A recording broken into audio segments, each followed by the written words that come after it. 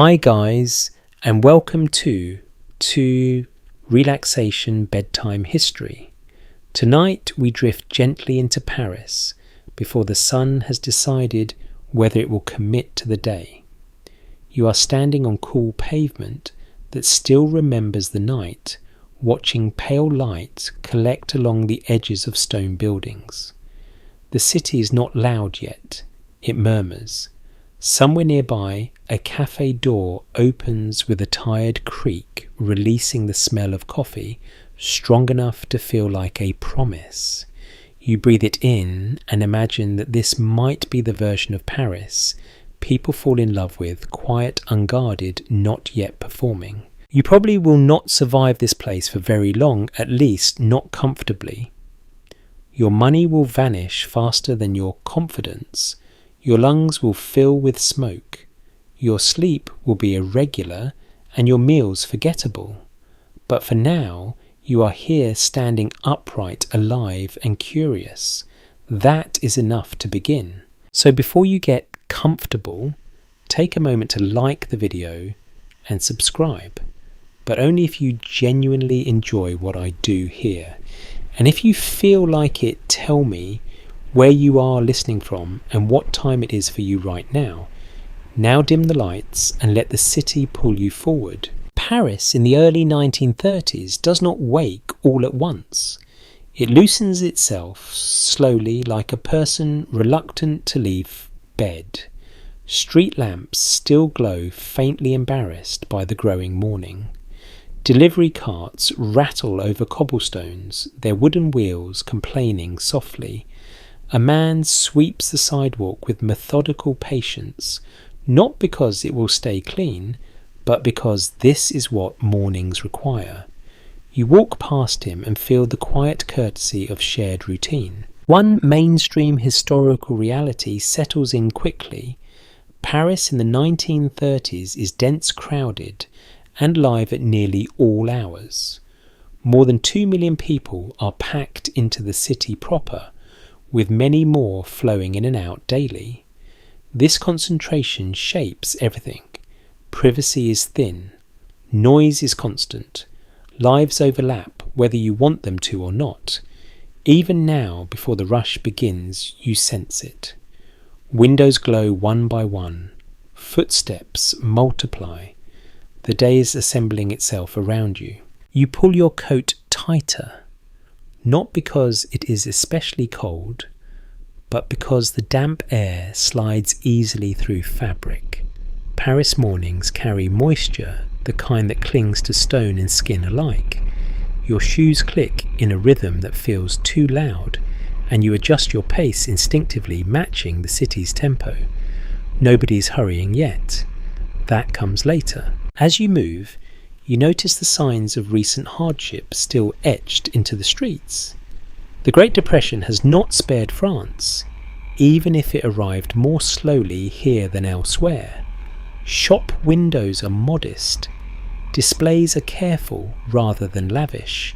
People glance before buying, weighing coins in their pockets.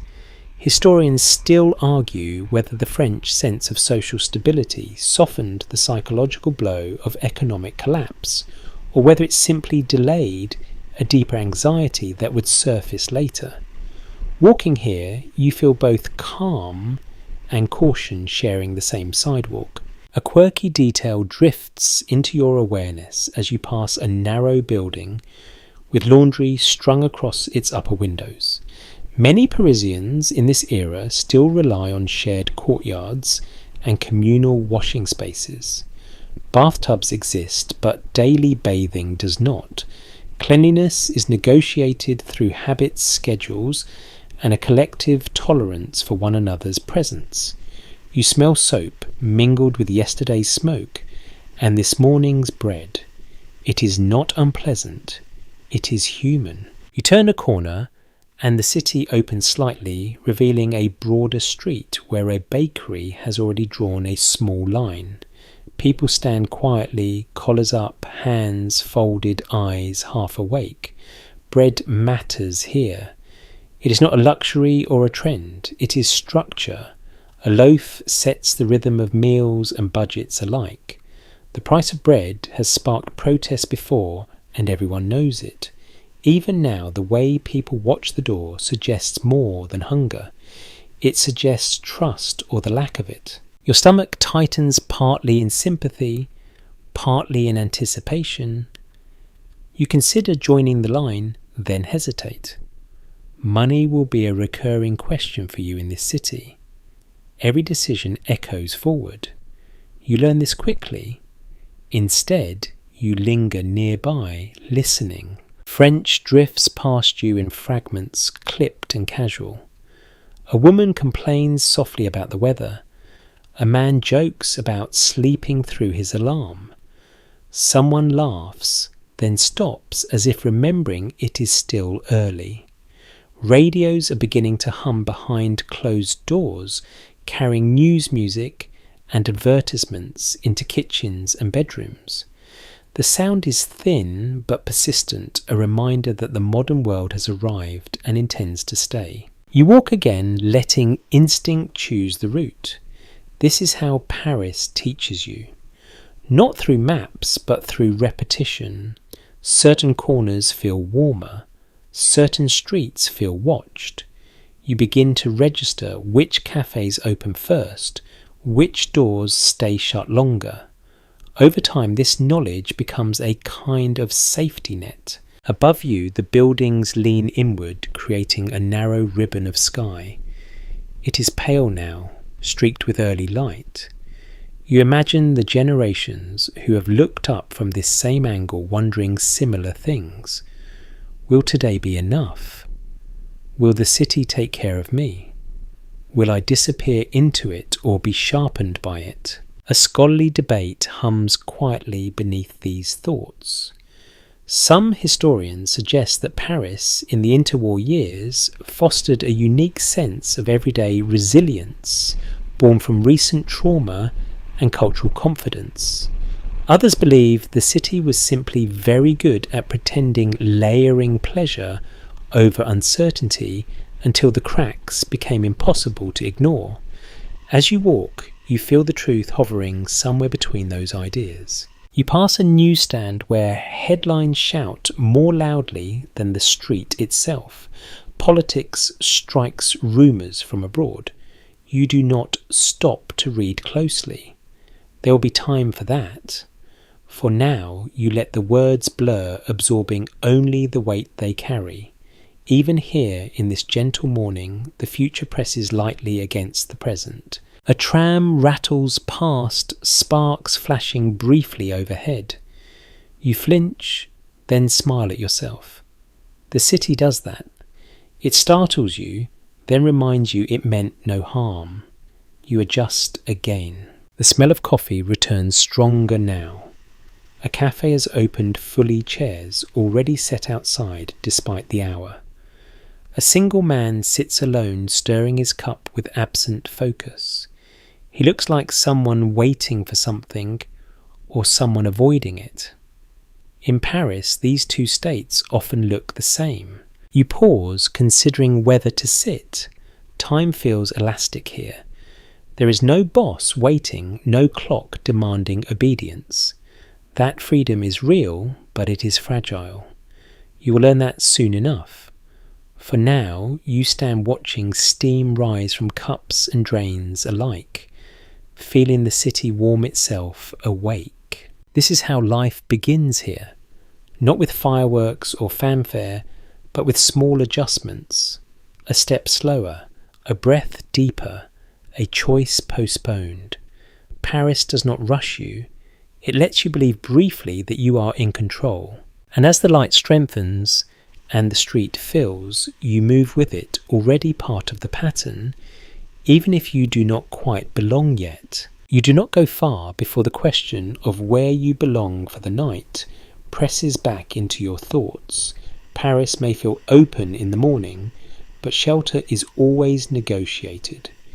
You turn off a main street into something narrower, quieter, where the buildings look older and slightly tired. This is where you live, or at least where you manage to stay. Your building does not announce itself. There is no sign, no sense of welcome, just a heavy door scarred by decades of hands and keys, and a narrow entry that smells faintly of damp stone and boiled vegetables. You climb the stairs slowly, not out of reverence, but because the steps are uneven, and your knees already know they will be asked to do more than they like in this city. One solid historical reality defines housing here in the 1930s. Many Parisians live in small subdivided apartments, often without private bathrooms or consistent heating. Entire families sometimes share a single room. Rent control exists, but space is still scarce. Buildings grow upward rather than outward, and comfort is something you improvise rather than expect. Your room reflects this truth immediately. The door opens into a space just large enough to turn around in without bumping furniture. A narrow bed presses against one wall. A table, scarred and loyal, occupies another. There is a chair that wobbles if you lean back too far, which you have learned not to do. Light enters through a single window, angled in such a way that it favours certain hours and ignores others entirely. You set your coat down and exhale. The room answers with silence, broken only by the distant movement of other lives. Someone coughs upstairs. Water runs somewhere below you. A radio crackles faintly through the walls, playing music you cannot quite identify. Privacy here is theoretical. Sound travels easily, smells even more so. A quirky detail settles into your awareness as you wash your hands at the small basin in the corner. Hot water is not guaranteed. When it appears, it feels like a small miracle. Many residents heat water on portable stoves, carrying it carefully from one corner of the room to another. Bathing becomes an event, not a habit. You learn to plan around it, to appreciate partial solutions. The mirror above the basin shows you slightly distorted, as if the glass itself is tired. You study your face for a moment. Paris has a way of making you look older quickly, not through hardship alone, but through constant stimulation. There is always something to notice, something to absorb. Rest becomes selective. You sit on the edge of the bed and listen. Thin walls mean thin boundaries. Conversations drift in pieces. A couple argues quietly in a language you do not speak. Someone laughs, then hushes themselves. Footsteps pass in the hallway, measured and familiar. You recognize certain rhythms already.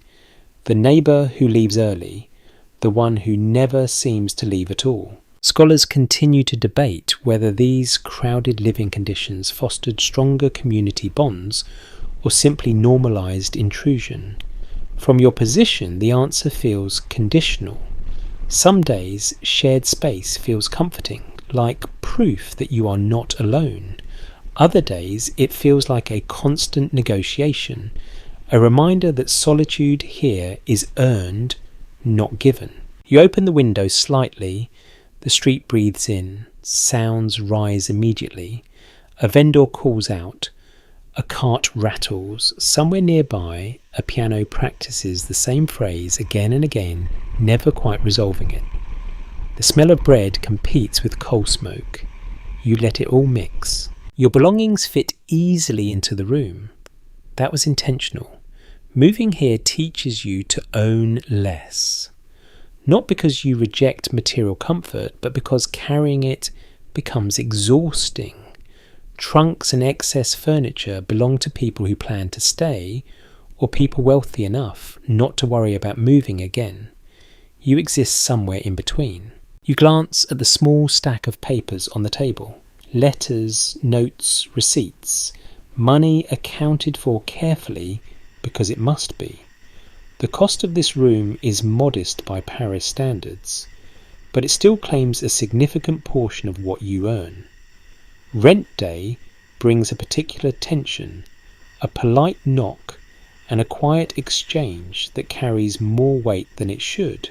A mainstream fact about this era surfaces naturally as you think about it. In the early 1930s, Paris attracts migrants from rural France and beyond, all seeking work, culture, or escape. This influx strains housing, further leading to overcrowding and informal arrangements.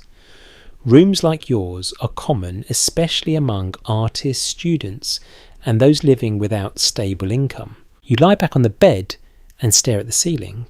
It's cracked in places, the lines forming accidental maps. You trace them with your eyes, inventing destinations. This small ritual becomes familiar. It is easier than thinking too far ahead. Your room has no fireplace. Heat comes from a small stove that you treat with caution. Too much coal and the air becomes heavy. Too little and the cold seeps in quietly, settling into your bones. Winter will complicate this balance. You know that already. For now, the day holds enough warmth to postpone the problem. Outside, the city grows louder. Morning has fully arrived. You hear doors slamming, voices rising, engines coughing awake. Your room does not change in response. It remains a still pocket, an anchor of sorts. You realize how important this space will become. Not because it is pleasant, but because it is yours, however temporarily. Historians often question whether the romantic image of Bohemian Paris obscures the real discomfort of daily life. Some argue that later nostalgia polished away the cold rooms and shared toilets, leaving only cafés and conversation. Others insist that the hardship itself fueled creativity, forcing people into public spaces where ideas collided. Sitting here, you suspect both views contain truth. You stand again, smoothing the blanket, straightening the chair. These small acts feel necessary. Order is something you impose when circumstances do not provide it. The room responds not by changing, but by feeling slightly more manageable. Before leaving, you pause at the door. There is always a moment like this. A brief hesitation, as if the room might say something if you give it time. It does not. Rooms in Paris rarely do. They wait. You step back into the hallway, pulling the door closed behind you. The lock clicks with familiar finality. The city is ready again, and so apparently are you. You step back onto the street, carrying the quiet of your room with you, though it fades quickly. Morning has advanced while you were upstairs. Paris is no longer stretching, it is moving. Shops lift their shutters with metallic sighs. Voices overlap with purpose. The city's posture has shifted from reflective to practical. You join the current without ceremony.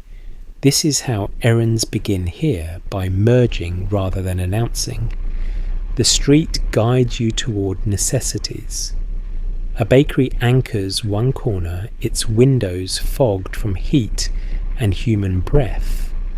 The line has grown since earlier. People stand closer now, coats brushing hands tucked into pockets or folded around baskets. You take your place and feel the quiet discipline of waiting. Bread is not optional in this city. It is the spine of daily life. A mainstream historical fact settles in as you inch forward.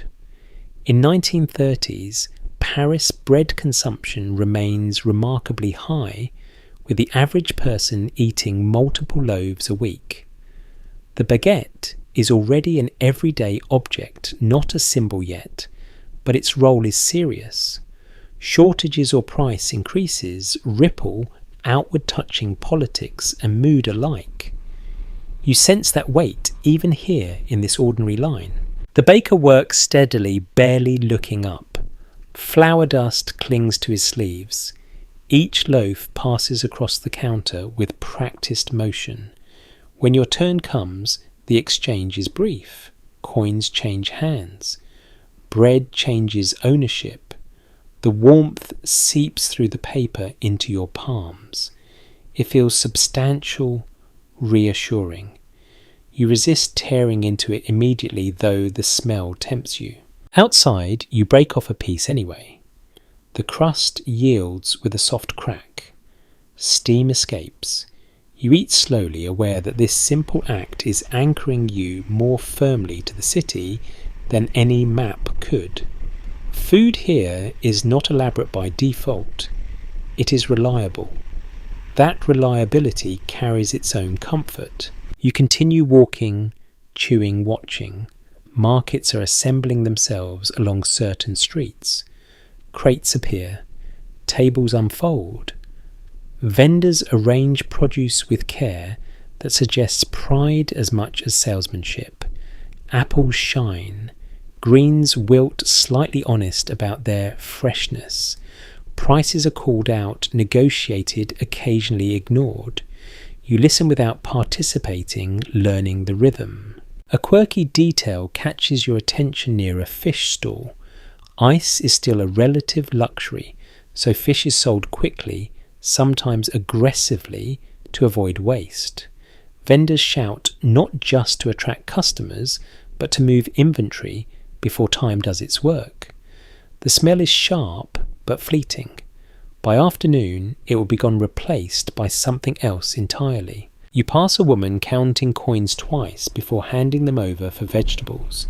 Her face is calm, but her hands hesitate. Money behaves strangely here. It is present, yet always threatened. The depression has tightened its grip more visibly now.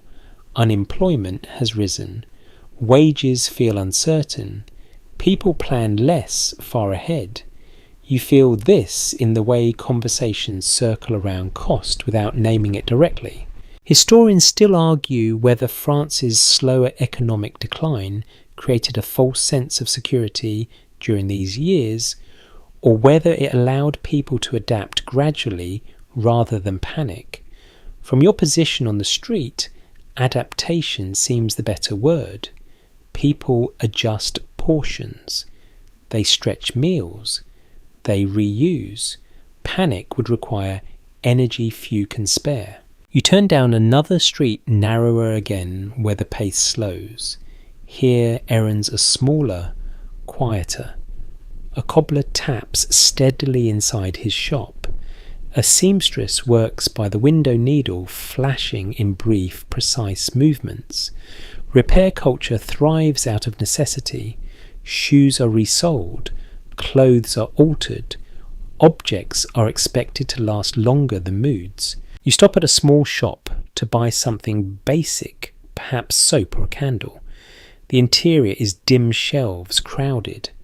The shopkeeper greets you with polite neutrality. Transactions here are not performances. They are exchanges. You notice how carefully items are wrapped, how nothing is wasted, not even paper. You tuck your purchase away, feeling both lighter and poorer by a small amount. Outside again, the street hums. Trams glide past, bells chiming softly. Bicycles weave through gaps with casual confidence. Cars exist, but they do not dominate. The city still belongs to feet. You feel this in the way crossings happen organically, without signals, guided by shared understanding rather than rules. A newspaper boy darts past you, calling out headlines with breathless urgency. His voice carries fragments of global worry into local space. You catch words like strike border speech. You do not stop him. There will be time later to worry properly. For now the day insists on small tasks. You realise you have been walking longer than planned. That is another habit Paris encourages. Distance blurs when streets offer constant distraction. You glance into windows, catching glimpses of lives mid-action. A family eating breakfast. A man shaving carefully. A child watching the street with serious focus. These moments feel intimate, though no one knows you are watching. Scholars have long debated whether this constant exposure to others' lives heightened empathy or simply dulled sensitivity.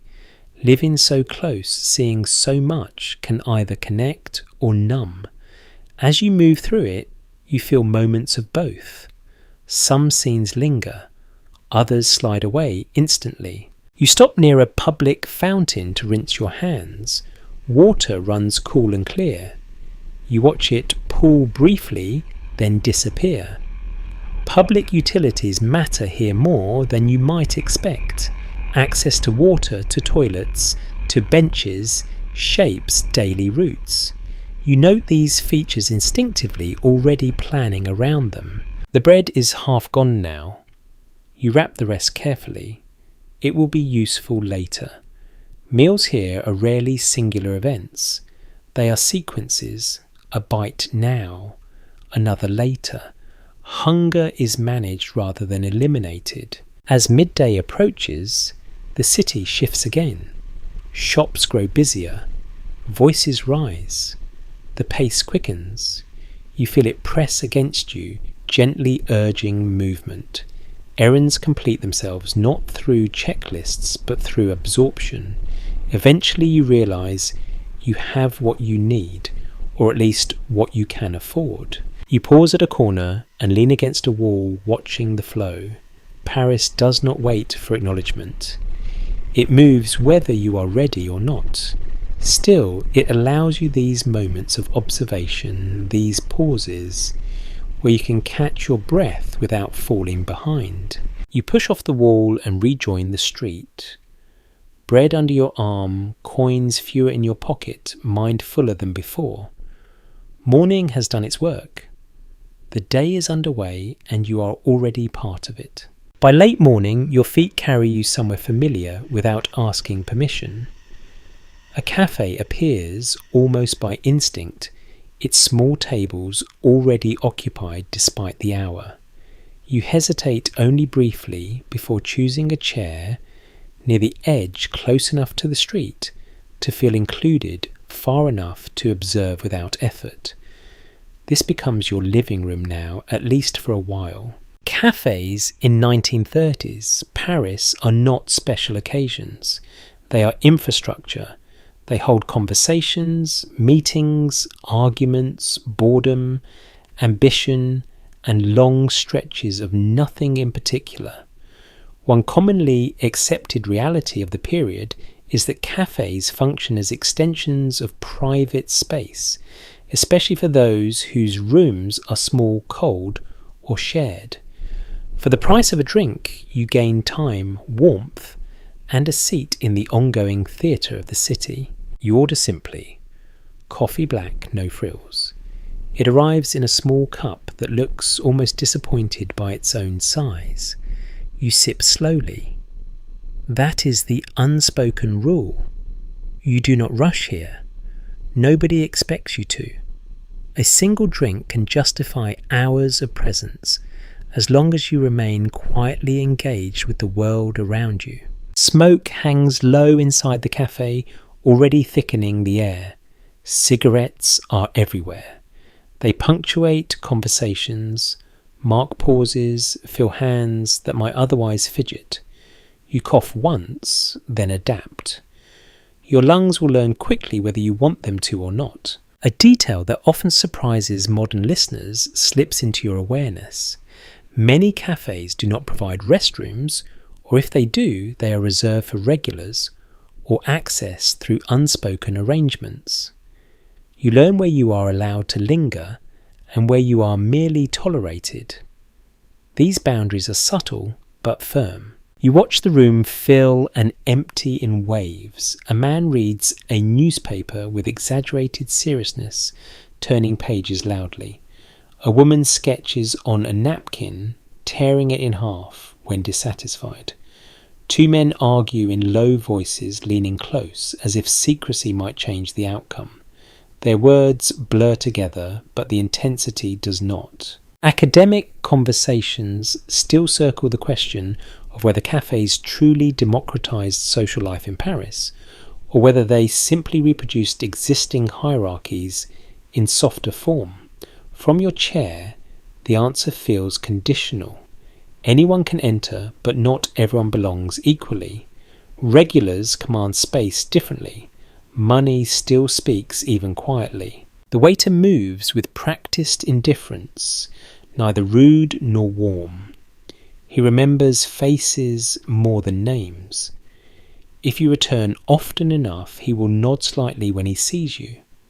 That nod will mean more than friendliness.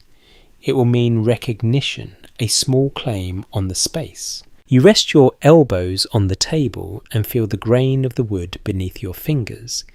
It is worn smooth by decades of contact.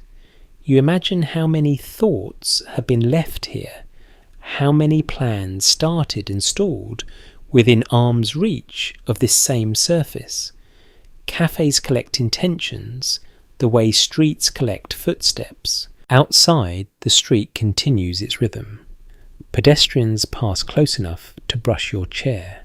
Snatches of conversation drift in. A tram bell rings.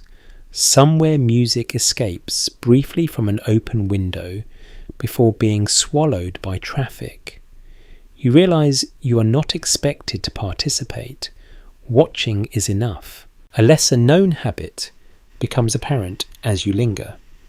Many patrons nurse not just drinks, but notebooks, letters, manuscripts. Cafes serve as offices for those without offices. Writers draft paragraphs between sips. Artists negotiate commissions over cheap wine. Unemployment and ambition sit at neighbouring tables without comment. Your coffee cools gradually. You do not mind. Warmth matters less than presence. You break off another piece of bread and eat it slowly, careful not to scatter crumbs. Small courtesies maintain your welcome. You learn these rules not through instruction but through observation. The conversation at the table beside you shifts toward politics. It always does, eventually.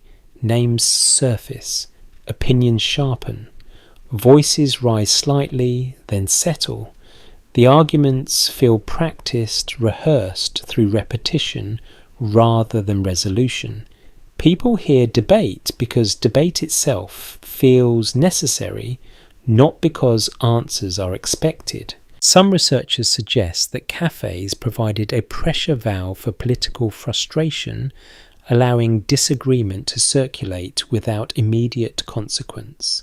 Others believe they intensified divisions by clustering like-minded voices. Listening in fragments, you sense both forces at work. Passion builds, then diffuses into the air along with smoke. Time stretches. Noon arrives quietly. The light shifts across the room, catching glasses illuminating dust. Hunger nudges you again, but you resist. Lunch will come later, perhaps somewhere else. For now, this space holds you. You glance around and notice how many people sit alone. Solitude here does not carry stigma. It is normal, even expected. Being alone in public is a skill you cultivate quickly. It allows you to occupy space without explanation. A piano begins somewhere nearby, its notes drifting through an open door. Not a performance, just practice. The same phrase repeats imperfect, persistent. It becomes part of the cafe's soundscape, no more remarkable than clinking cups or scraping chairs. You feel a mild fatigue settle into your shoulders. Paris demands attention constantly. Cafes offer controlled stillness. You breathe more deeply, letting your gaze soften. The world narrows to the table, the cup, the passing shapes beyond the window. Eventually you finish the coffee. You do not rush to leave. The empty cup remains a quiet permission slip. Only when the waiter clears it, without comment, do you take that as your cue. You stand adjusting your coat, feeling slightly steadier than when you arrived. As you step back onto the street, you carry the cafe with you. Not physically, but rhythmically. You move a little slower now, more attuned. Cafes do not solve problems. they suspend them. And sometimes that suspension is enough to let you continue. Once you leave the cafe, Paris reaches you through sound before anything else. The city speaks constantly, even when it is not addressing you directly. Footsteps strike stone in overlapping rhythms. Shoes announce class, urgency, confidence. Leather soles click with purpose. Worn heels drag slightly, conserving effort. You begin to tell the difference without thinking about it. The hum of engines slides beneath everything now. Cars are fewer than they will be decades later, but their presence still matters. They cough awake, idle impatiently, then surge forward with a confidence that belongs more to the future than the present. Trams glide past with metallic calm, bells chiming softly as warnings rather than commands. Bicycles whisper through gaps, nearly silent, nearly invisible until they are beside you. One well-established truth about Paris in this era is that it is already a modern soundscape, layered over medieval bones. Electricity hums inside buildings designed for candlelight. Radios compete with church bells. Horse-drawn carts still exist, but they are losing ground. The result is not harmony, but coexistence. Nothing fully replaces what came before. Everything overlaps. You walk slowly, letting your ears do most of the work. Conversations spill outward from open windows. Some are sharp, animated. Others blur into comforting murmur. You catch fragments of languages not native to the street accents, carried across oceans and borders. Paris absorbs voices easily. It has practice. Radios play everywhere now, in shops, in apartments, sometimes balanced precariously on windowsills so sound can escape into the street. Music competes with news bulletins and advertisements spoken with crisp enthusiasm. The radio compresses the world into kitchens and cafes, making distant events feel closer than the person walking beside you. A small but telling detail emerges as you pass a repair shop. The radio inside crackles constantly, volume turned up, not just for entertainment, but to reassure the worker that he is connected to something larger. Silence here can feel suspicious. Sound proves continuity. Some historians continue to question whether the rise of radio culture strengthened national identity or fractured attention into endless distraction. Walking through these streets, you feel both possibilities at once. Shared broadcasts give people common reference points. At the same time, no one seems fully present anymore. Ears are divided. Focus flickers. The street vendors add their own voices. Calls rise and fall with theatrical timing. They announce fruit newspapers, small services you did not know you needed. Their voices are trained tools shaped by repetition and competition. You notice how easily they cut through background noise. Experience has taught them where to pitch. Above it all, the architecture funnels sound in unexpected ways. Narrow streets amplify footsteps. Open squares diffuse them. Courtyards trap echoes, releasing them slowly. You walk into one briefly and hear laughter bounce back at you, softened, altered. The sound feels older here, as if the walls remember previous decades more clearly than you do. You stop at a corner where construction is underway. Hammers strike stone with rhythmic insistence. Dust rises and settles. Progress here is noisy, unapologetic. Renovations happen alongside daily life, not separate from it. The city repairs itself in full view. Scholars still debate whether this constant noise heightened urban stress, or simply recalibrated what people considered normal. You suspect the latter. Silence becomes unusual. When it appears, it feels deliberate, even ominous. You cross a bridge, and the sound shifts again. Water changes everything. The Seine carries a steady, low presence, absorbing some noise, reflecting others. Boats idle gently. Their engines hum with restraint. The river does not shout. It breathes. Here, footsteps slow. Voices soften. People lean against railings and watch the water move as if listening with their eyes. The city's volume drops by degrees, not by design, but by habit. Even the trams seem to glide more carefully nearby. You notice how sound influences behaviour. Loud streets produce faster walking. Quieter ones invite pause. Paris teaches you where to rush and where to linger without instruction. Your body adjusts automatically. A less discussed curiosity surfaces as you pass a public square. Street musicians are common, but they often perform not for applause but for atmosphere. An accordionist plays softly, almost apologetically. The music blends into the street rather than claiming it. You wonder how often people consciously hear it at all. There is debate among cultural historians about whether this saturation of music diluted its impact or made it inseparable from daily life. You feel music here the way you feel weather, sometimes noticed, always present.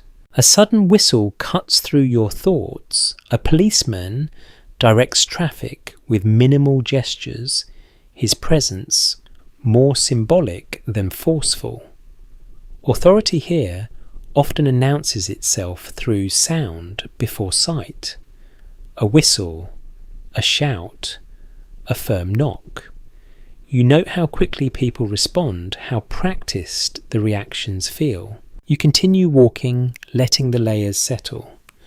The sound of Paris becomes less overwhelming as your attention adapts. You stop cataloguing each noise. Instead, you register patterns. Loudness swells and recedes like breath. As afternoon approaches, the tone shifts again. Lunch crowds fill cafés. Plates clatter. Cutlery scrapes. Voices rise with energy fueled by food and wine. Laughter appears more often now, punctuating conversation. You realise how soundtracks time here more reliably than clocks. You pause near a school as children spill into the street. Their voices cut cleanly through everything else sharp and bright. For a moment the city feels younger, lighter. Then the sound disperses, absorbed back into the larger rhythm. You think about how this constant noise will follow you home tonight. Through walls, through floors, into sleep. Silence will not be guaranteed. Rest will require adaptation. Urban scholars often reflect on whether Paris's sonic density contributed to its reputation as vibrant or exhausting. The answer you decide depends on when you are listening. Morning hum feels promising. Night noise feels intimate. Only occasionally does it feel oppressive. You walk on, no longer flinching at sudden sounds. The city has tuned you.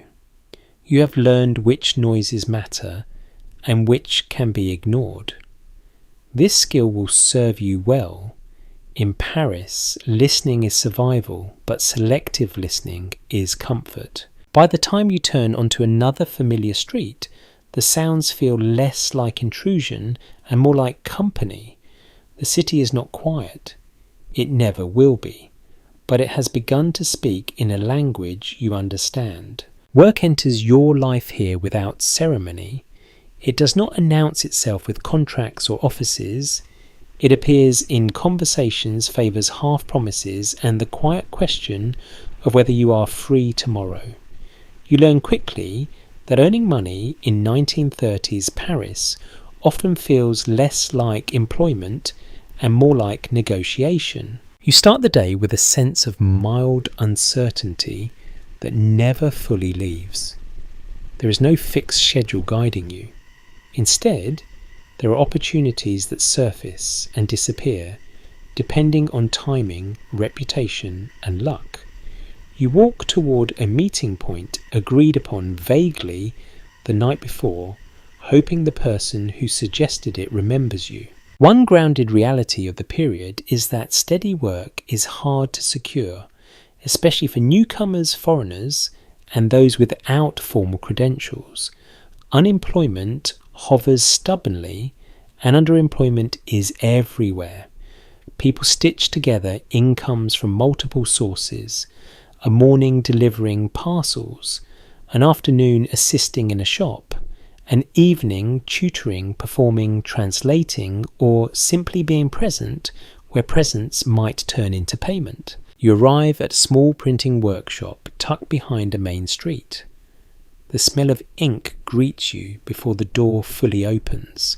Inside, machines clatter with mechanical patience. The owner nods when he sees you, neither warm nor dismissive. You are here to help for a few hours, maybe more if the orders keep coming. You roll up your sleeves without being asked. The work is repetitive but oddly calming.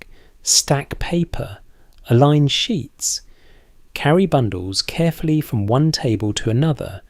The rhythm settles into your body. This is labour that asks for attention but not imagination. For a while, your thoughts quiet. A detail that rarely appears in polished histories surfaces here.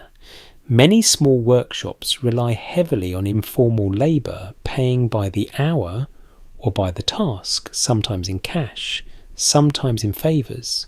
Records are minimal. Agreements rest on trust and proximity. This system keeps businesses flexible, but it leaves workers exposed. You feel that vulnerability in the way you watch the clock without knowing who truly controls it. During a break, you share bread and conversation with another worker. He shrugs when you ask how long he has been here. Long enough, he says. He does not sound bitter, just realistic.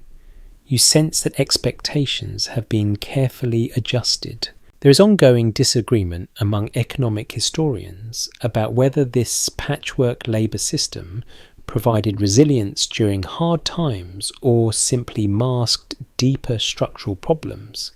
Standing here, hands smudged with ink, you sense how adaptability keeps people afloat day to day, even as long-term security drifts further out of reach. When the work ends, payment is brief and unceremonious. Coins pass hands. A nod confirms the exchange. No paperwork, no future promised. You step back into the street with money that feels both earned and temporary. The afternoon brings another possibility. Someone mentions a cafe owner who needs help carrying supplies. You walk there, offer yourself, and are accepted with a glance that weighs your strength more than your story. You lift crates, careful not to rush. The weight presses into your palms and shoulders, grounding you again in the physical reality of survival. Paris demands effort from bodies as much as minds. This is not always acknowledged in romantic accounts of the era, but it is unavoidable. Even intellectual work requires stamina. Long hours sitting in cafes strain backs and eyes. Late nights cost sleep. The city takes payment in fatigue as reliably as it takes francs. A small but telling habit emerges as you watch others work. People pace themselves carefully. Nobody expends energy unnecessarily. Gestures are economical. Movements are practiced. You learn that conserving strength is not laziness here, it is strategy. As evening approaches, you count your earnings discreetly. Not enough to feel secure, enough to continue. That is the balance most people accept. Meals, rent, and small pleasures must be negotiated within tight margins. You become skilled at mental arithmetic, projecting days forward, deciding what can be postponed. Social researchers often note that financial instability reshapes identity. Occupations become fluid. People introduce themselves by what they are doing this week rather than what they are. You feel this shift happening internally. You stop defining yourself by a single role. You are someone who gets by, someone who adapts. You return briefly to your room to set down what you have earned, separating coins carefully. The ritual feels important. It creates a sense of control, however fragile. Outside the city is changing again. Evening brings a different set of opportunities, some paid, some merely tempting. You head back out knowing that work here does not always respect conventional hours. A club might need someone to collect tickets. A writer might pay for transcription help. A painter might offer a meal in exchange for posing. Value is negotiated constantly, often without naming it explicitly.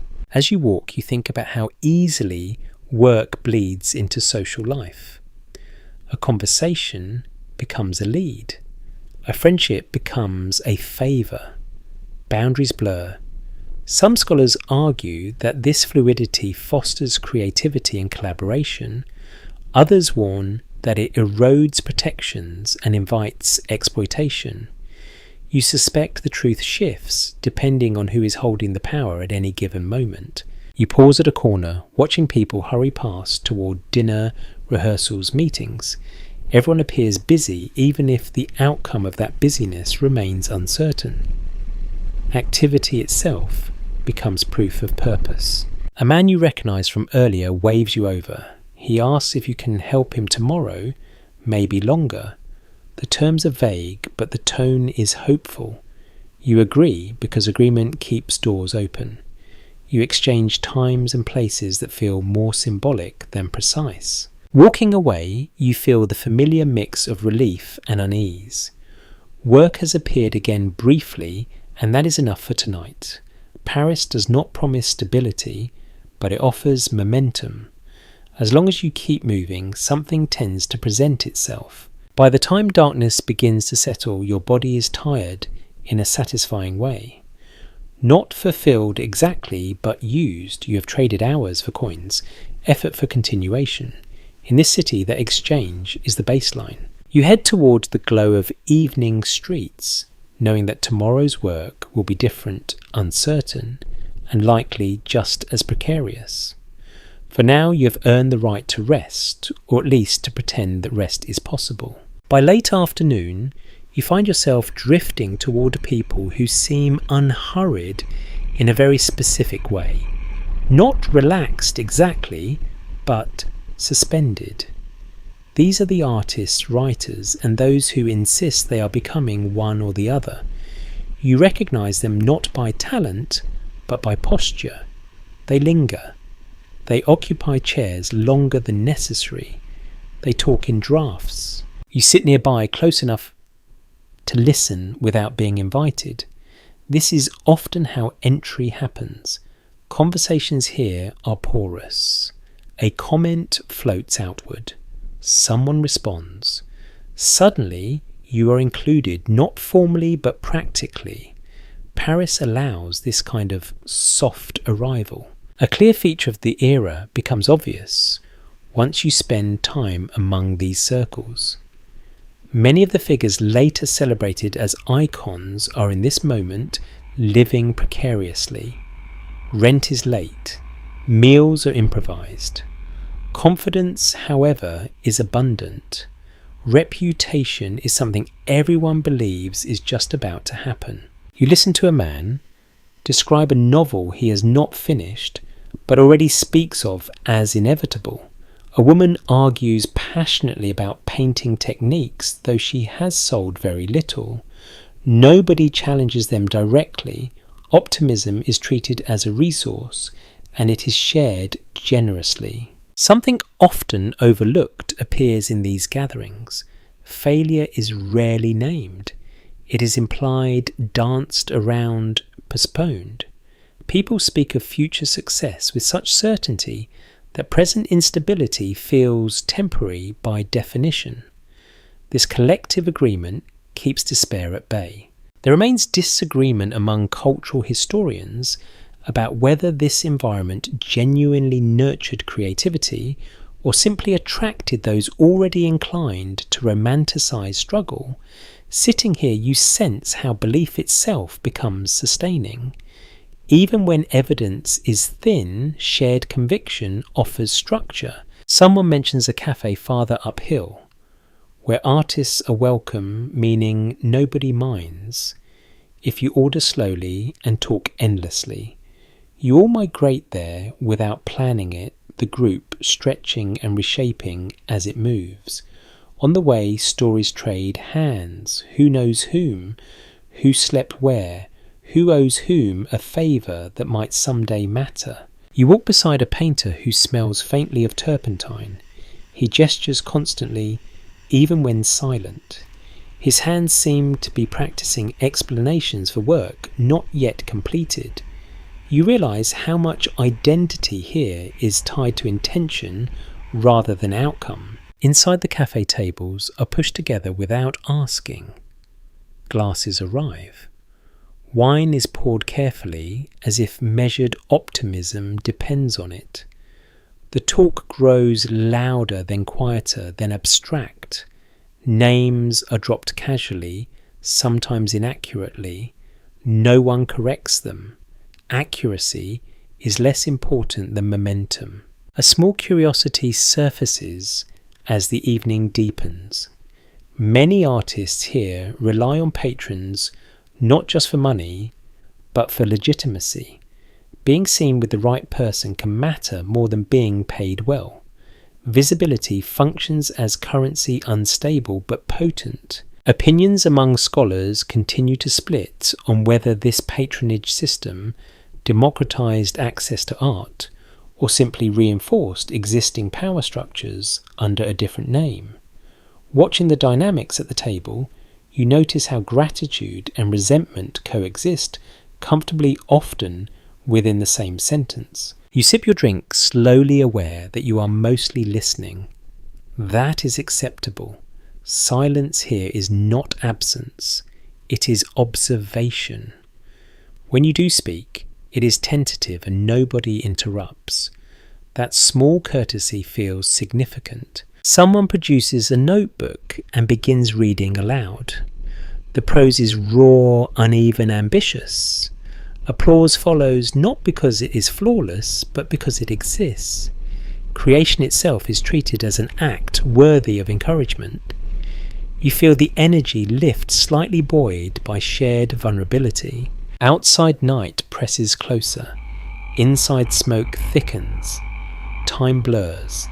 You lose track of how long you have been sitting. This is another subtle truth of Parisian artistic life. Hours dissolve easily when purpose is conversational rather than productive. A woman across from you laughs sharply and admits she has not eaten all day. The table responds by pushing bread toward her without comment. No one asks questions. Hunger here is understood without explanation. Researchers studying this period often note how mutual aid functioned informally among creative communities. Meals couches, introductions, and small sums circulated constantly. It was not charity in the formal sense, it was survival through social glue.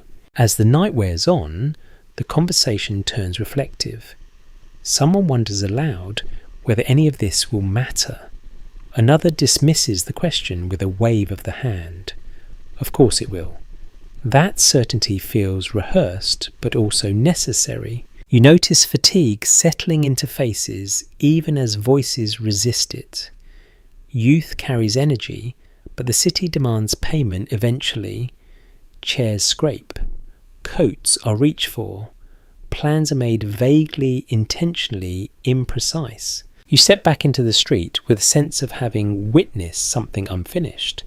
That seems appropriate. Most things here are. The artists scatter, each carrying their version of the evening forward folding it into their sense of self. Walking away, you feel lighter, though nothing tangible has changed.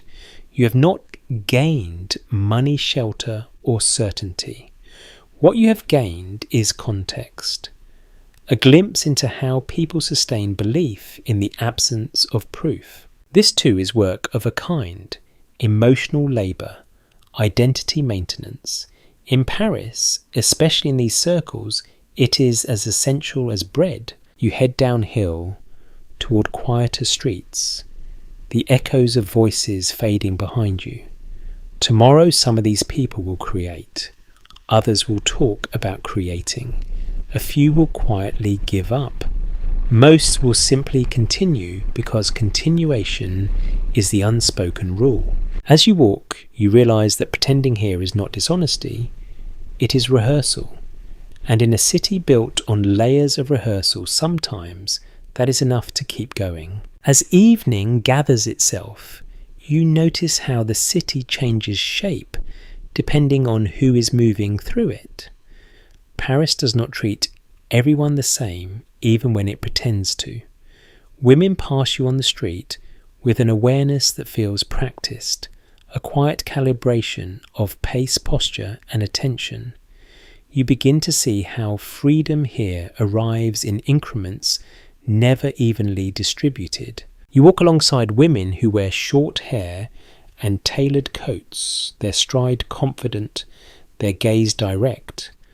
Others move more cautiously, hands tucked, close eyes scanning. Both exist in the same streets under the same lights, yet their experiences diverge in ways that are rarely announced aloud. A well-documented feature of Paris in the 1930s is the visible shift in women's public presence. More women work outside the home than in previous generations, especially in clerical roles, retail and the service economy. They take trams alone, sit in cafes without chaperones, smoke openly, and earn their own money. These changes are real, tangible, and often overstated. You sit at a small table near a window and watch how women occupy space. Some claim it fully spreading notebooks and elbows speaking freely. Others compress themselves, minimizing impact. The city allows both, though not always kindly. An easily overlooked habit reveals itself when you listen closely. Many women lower their voices in mixed company, even when confident in their opinions. It is not submission exactly, but strategy. Attention carries consequences. Being heard too clearly can invite judgment or intrusion. You sense how awareness becomes second nature. Debate continues among social historians about whether the interwar years represented a genuine turning point for women's independence in France, or merely a pause before traditional expectations reasserted themselves. From where you sit, progress feels real but fragile, like glass that looks solid until pressure tests it. Fashion tells part of the story.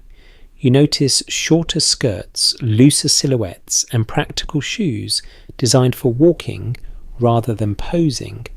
Clothing here signals intention as much as style. A woman dressed for movement expects to be out, active, engaged.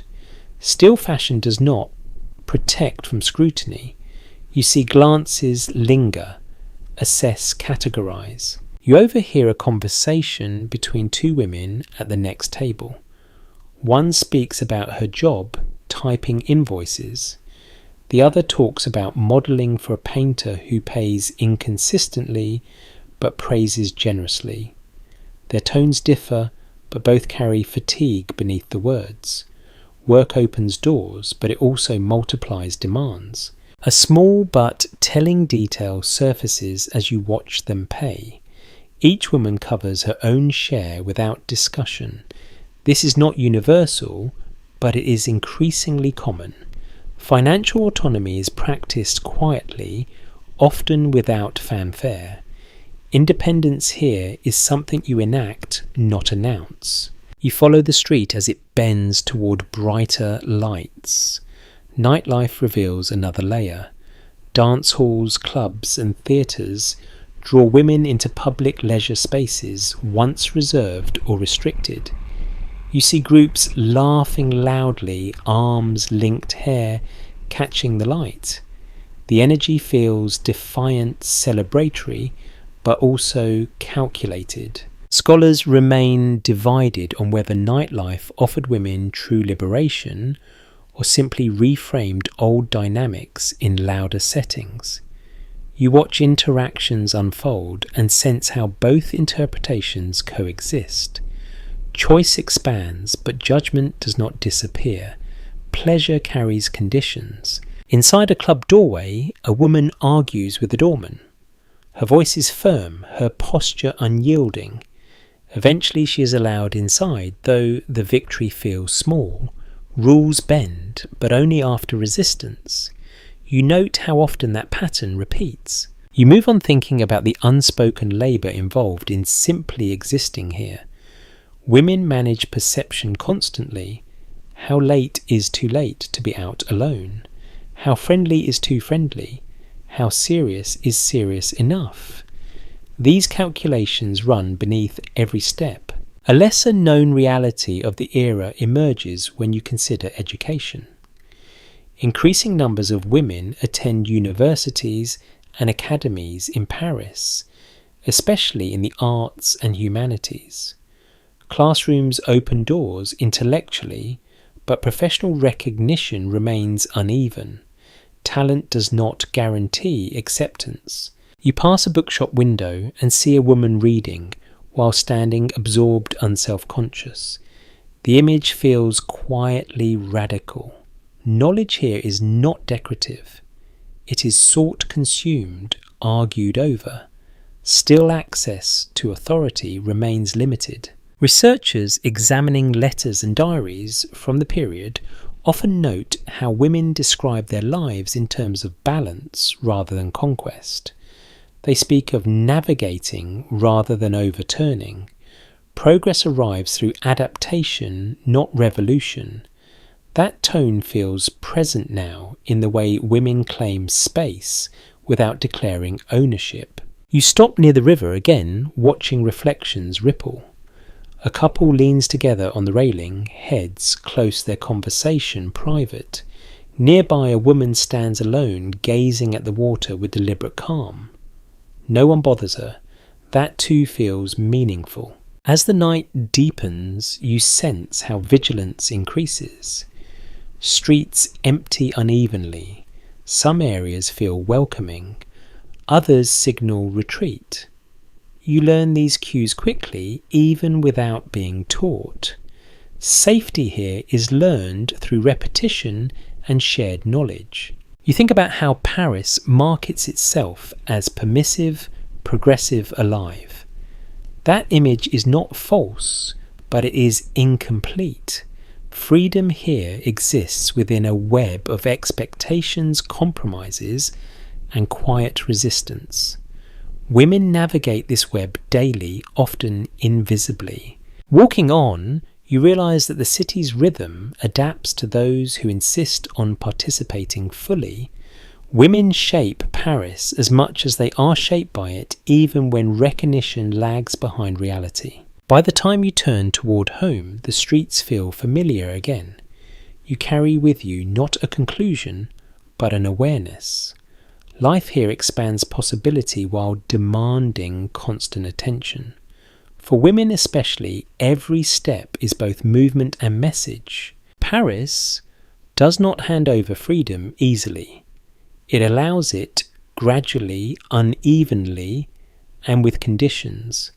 And still people take it one night, one street, one decision at a time. By the time you notice your clothes, you realise how much they have been speaking for you all along.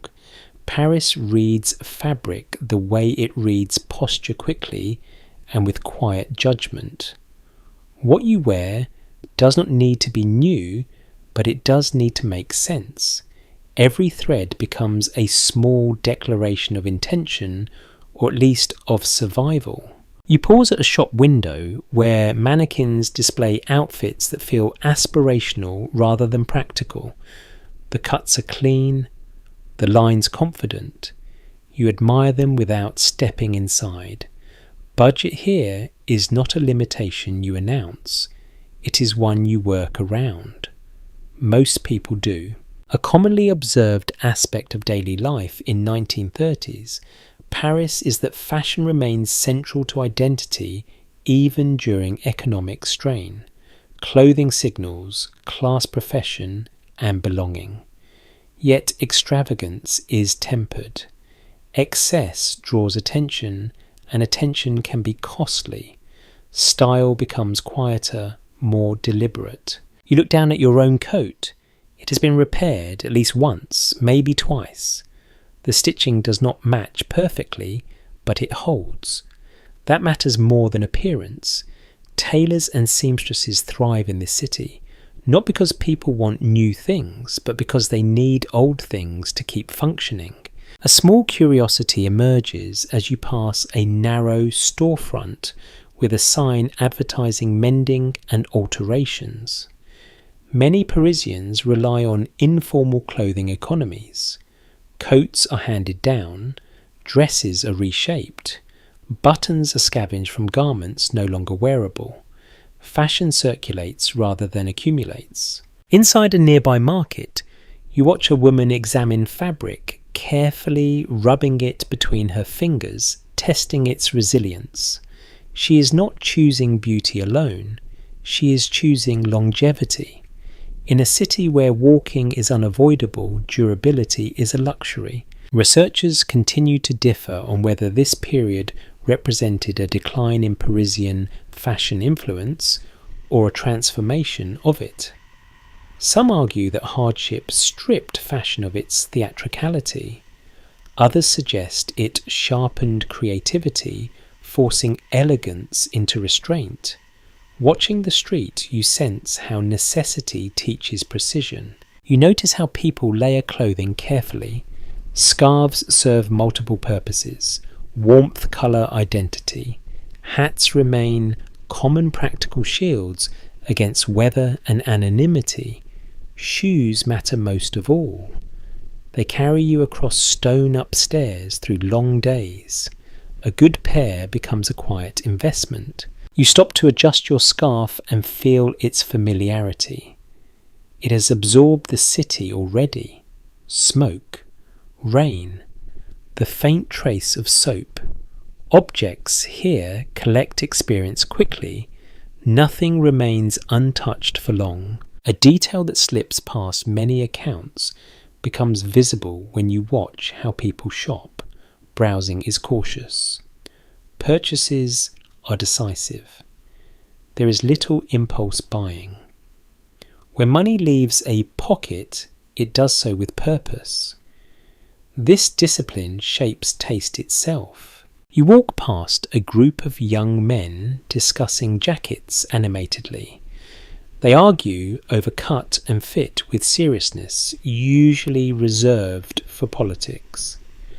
Appearance still matters deeply even when resources are thin, perhaps especially then. Historians examining personal diaries from this era often remark on how frequently clothing appears in private writing.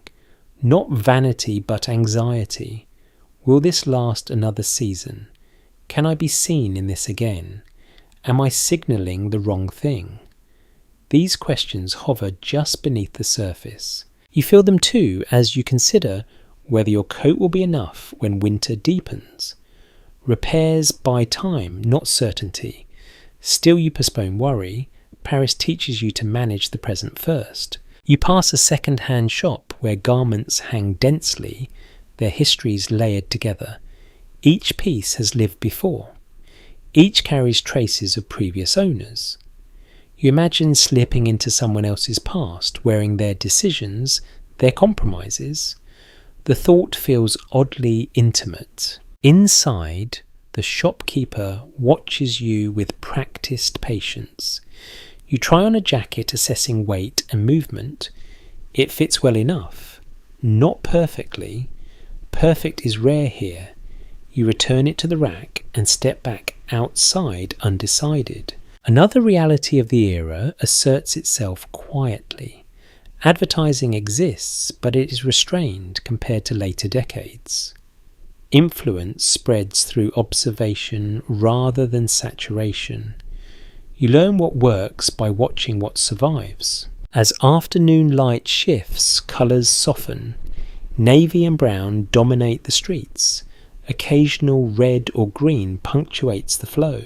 Fashion here favours cohesion over contrast. Standing out is a choice, not an accident. You notice how clothing interacts with behaviour. People dressed sharply move differently, slower, more deliberate. Those in work clothes navigate space with efficiency.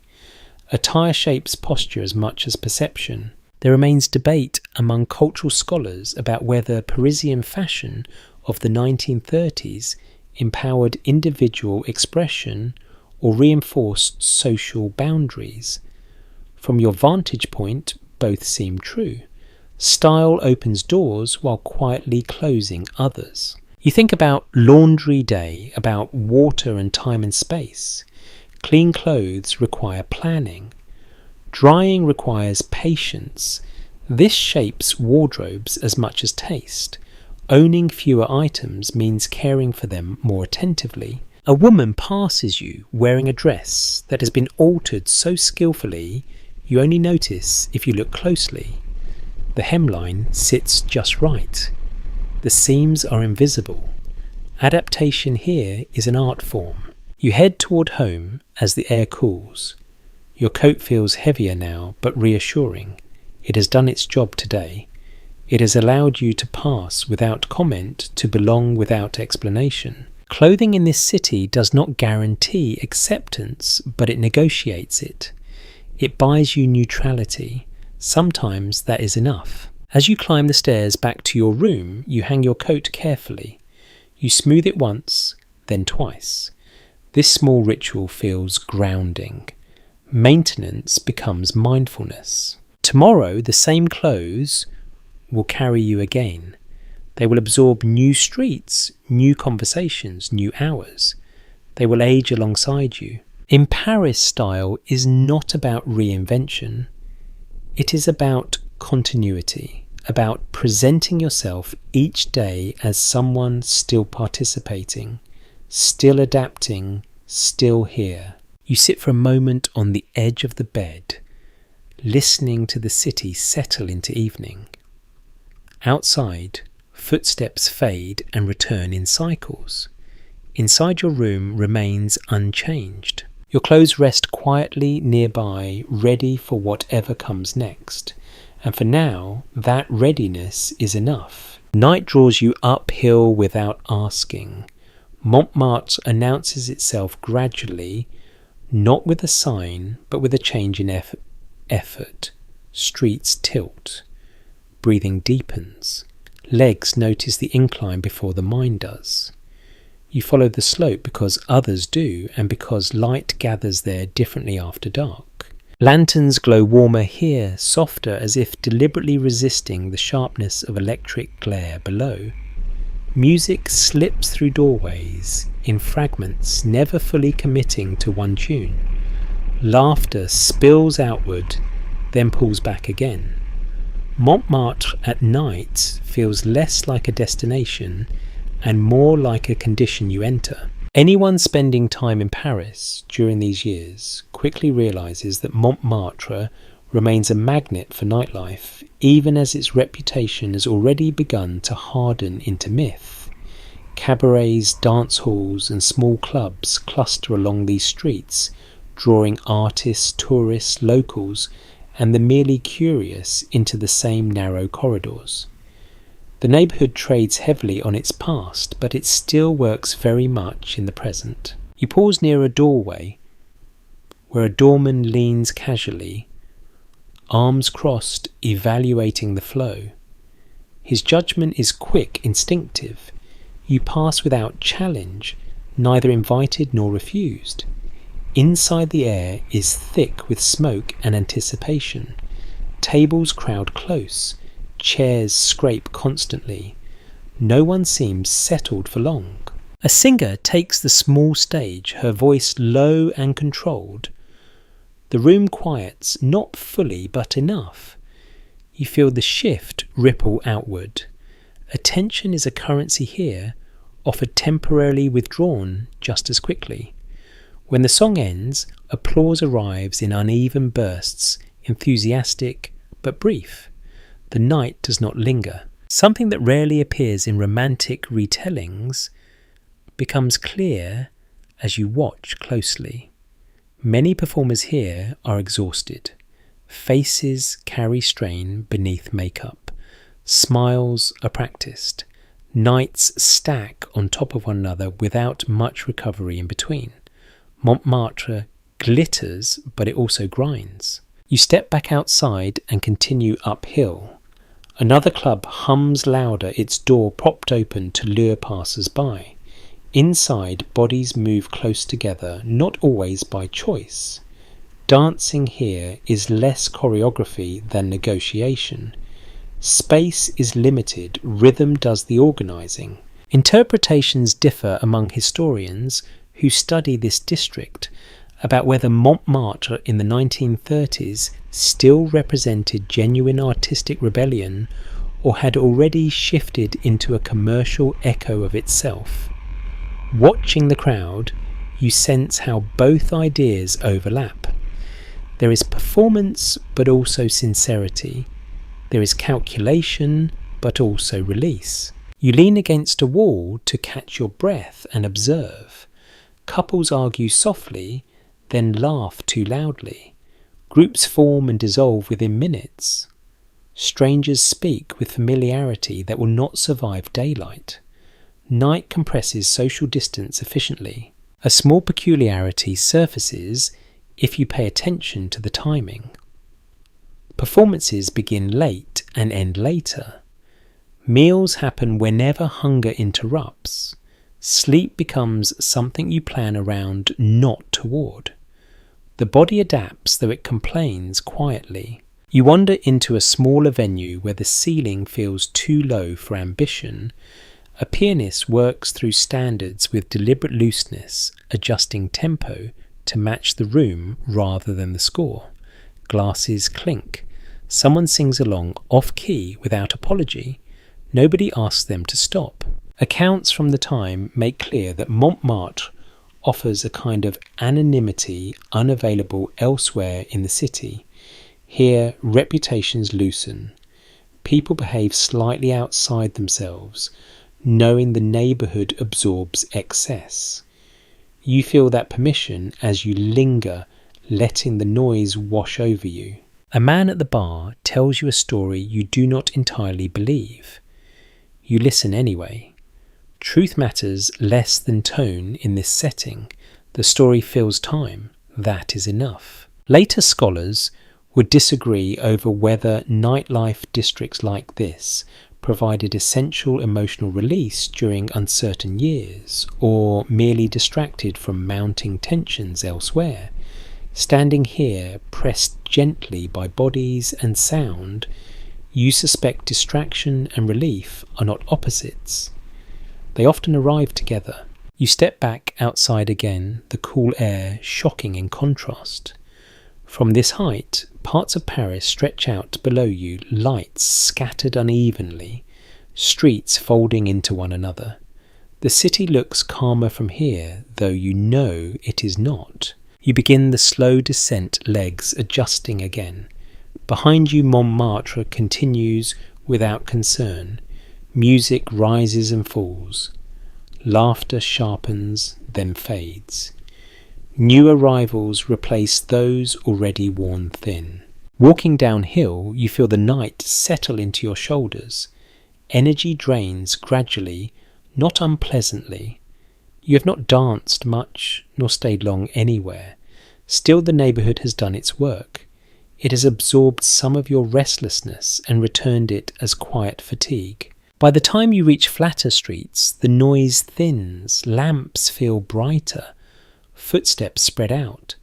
The city exhales again, preparing for its next cycle. Montmartre remains behind you, still glowing, still demanding attention. You do not feel compelled to return immediately. Nights here are intense in small doses. Too much, and they blur into each other. You turn toward home, carrying with you the after-image of music and light. Tomorrow, the neighbourhood will look different, less forgiving, less magical. But tonight, it has offered what it always does. A place to spend energy you cannot keep among people who understand why you need to spend it at all. You feel the music before you understand where it is coming from.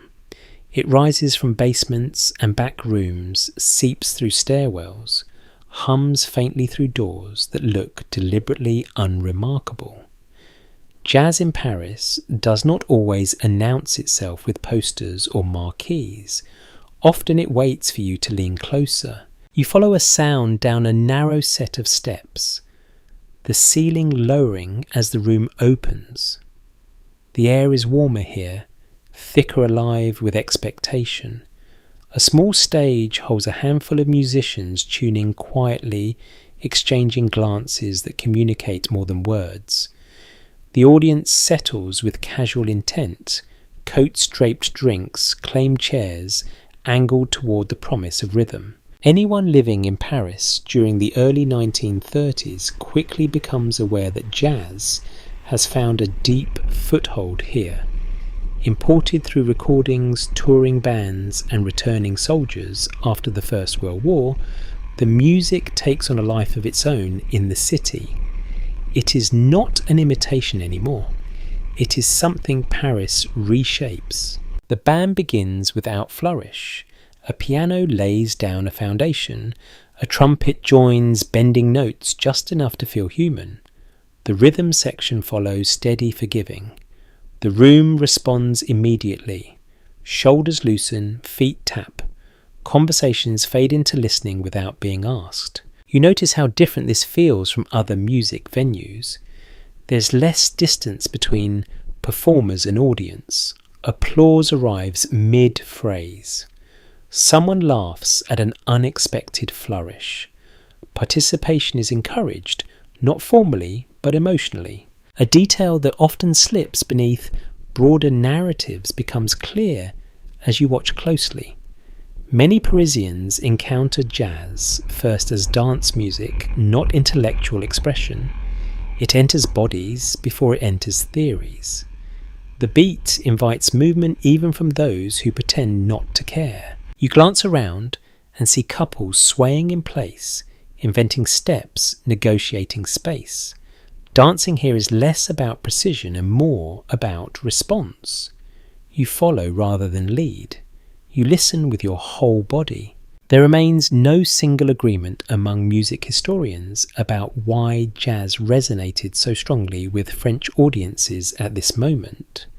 Some point to its association with modernity and freedom.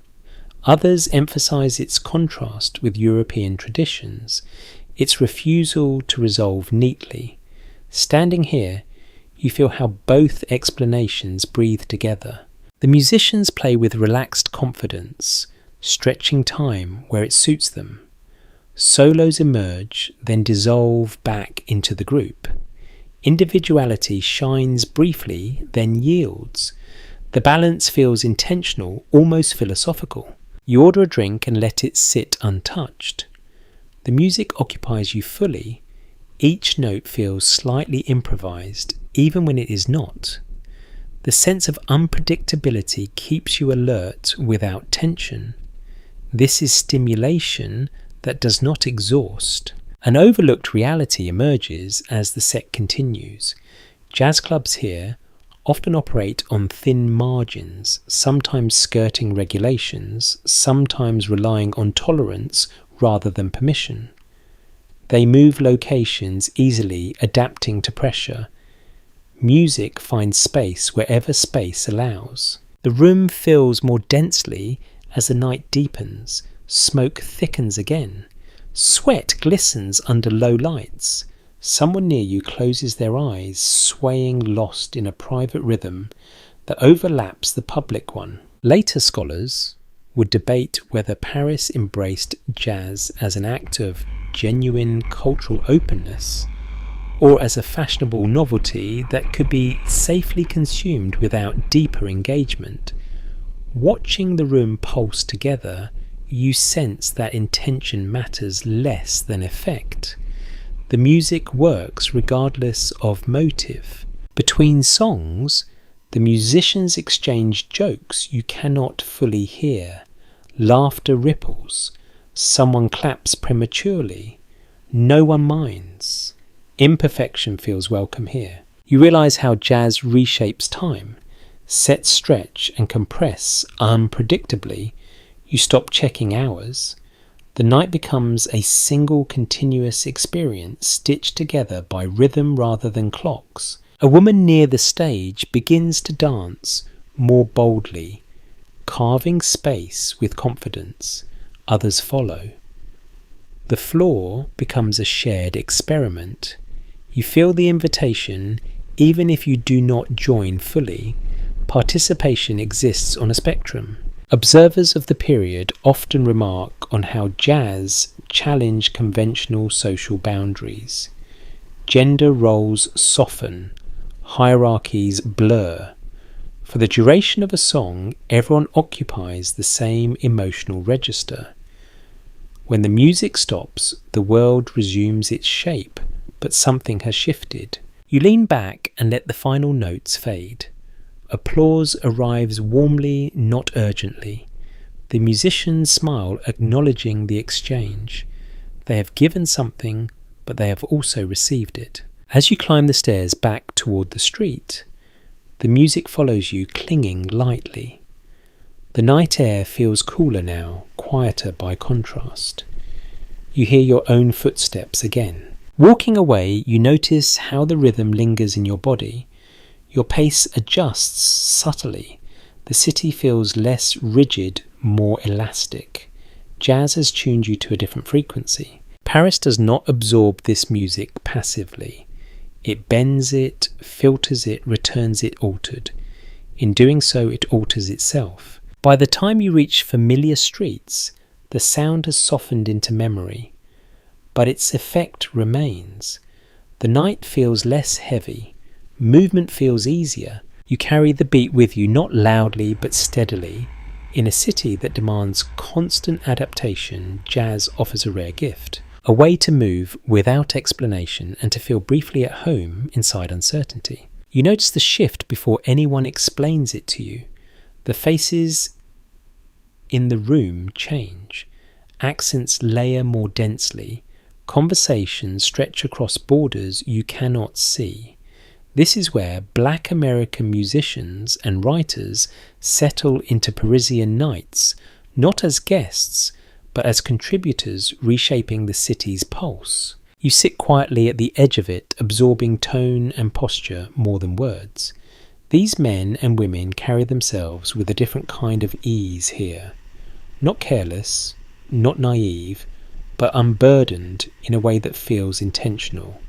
Paris does not erase difficulty, but it rearranges it. One thing anyone living in the city at this time quickly recognizes is that Paris offers Black Americans freedoms unavailable at home. Racial segregation does not disappear entirely, but it loosens its grip. Clubs book Black performers without apology.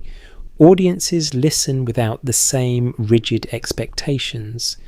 Opportunity arrives unevenly, but it arrives. You hear stories traded casually. Chicago, New Orleans, Harlem. Names drift through the air like coordinates rather than destinations. The past is present, but it does not dominate. Here, people introduce themselves by what they do now, not what they survived. A detail that rarely receives attention becomes clear as you watch interactions unfold. Many Black Americans find that anonymity in Paris functions as a form of relief. Being unknown allows for reinvention. You can be a musician first, not a representative, a writer, not a symbol. That separation matters. You watch a trumpeter step onto the small stage. His playing carries confidence, shaped by struggle, but the room responds without the defensive tension you might expect elsewhere.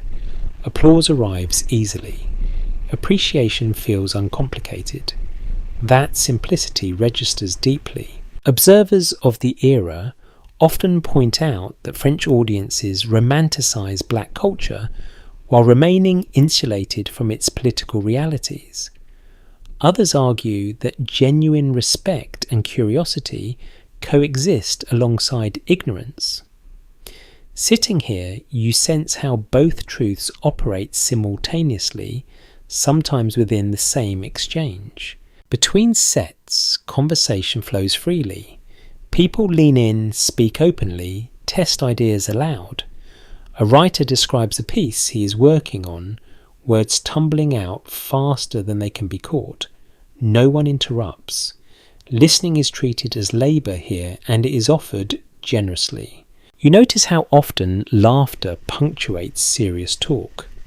Humour acts as release, but also as signal. It marks safety.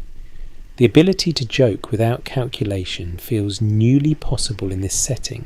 A small but telling habit emerges as drinks are ordered. Payments are handled quickly without fuss. Nobody lingers over coins. The act feels practiced, respectful. You sense how dignity is protected through routine, not proclamation. There remains disagreement among historians about whether Paris truly offered racial equality or simply a softer version of exclusion.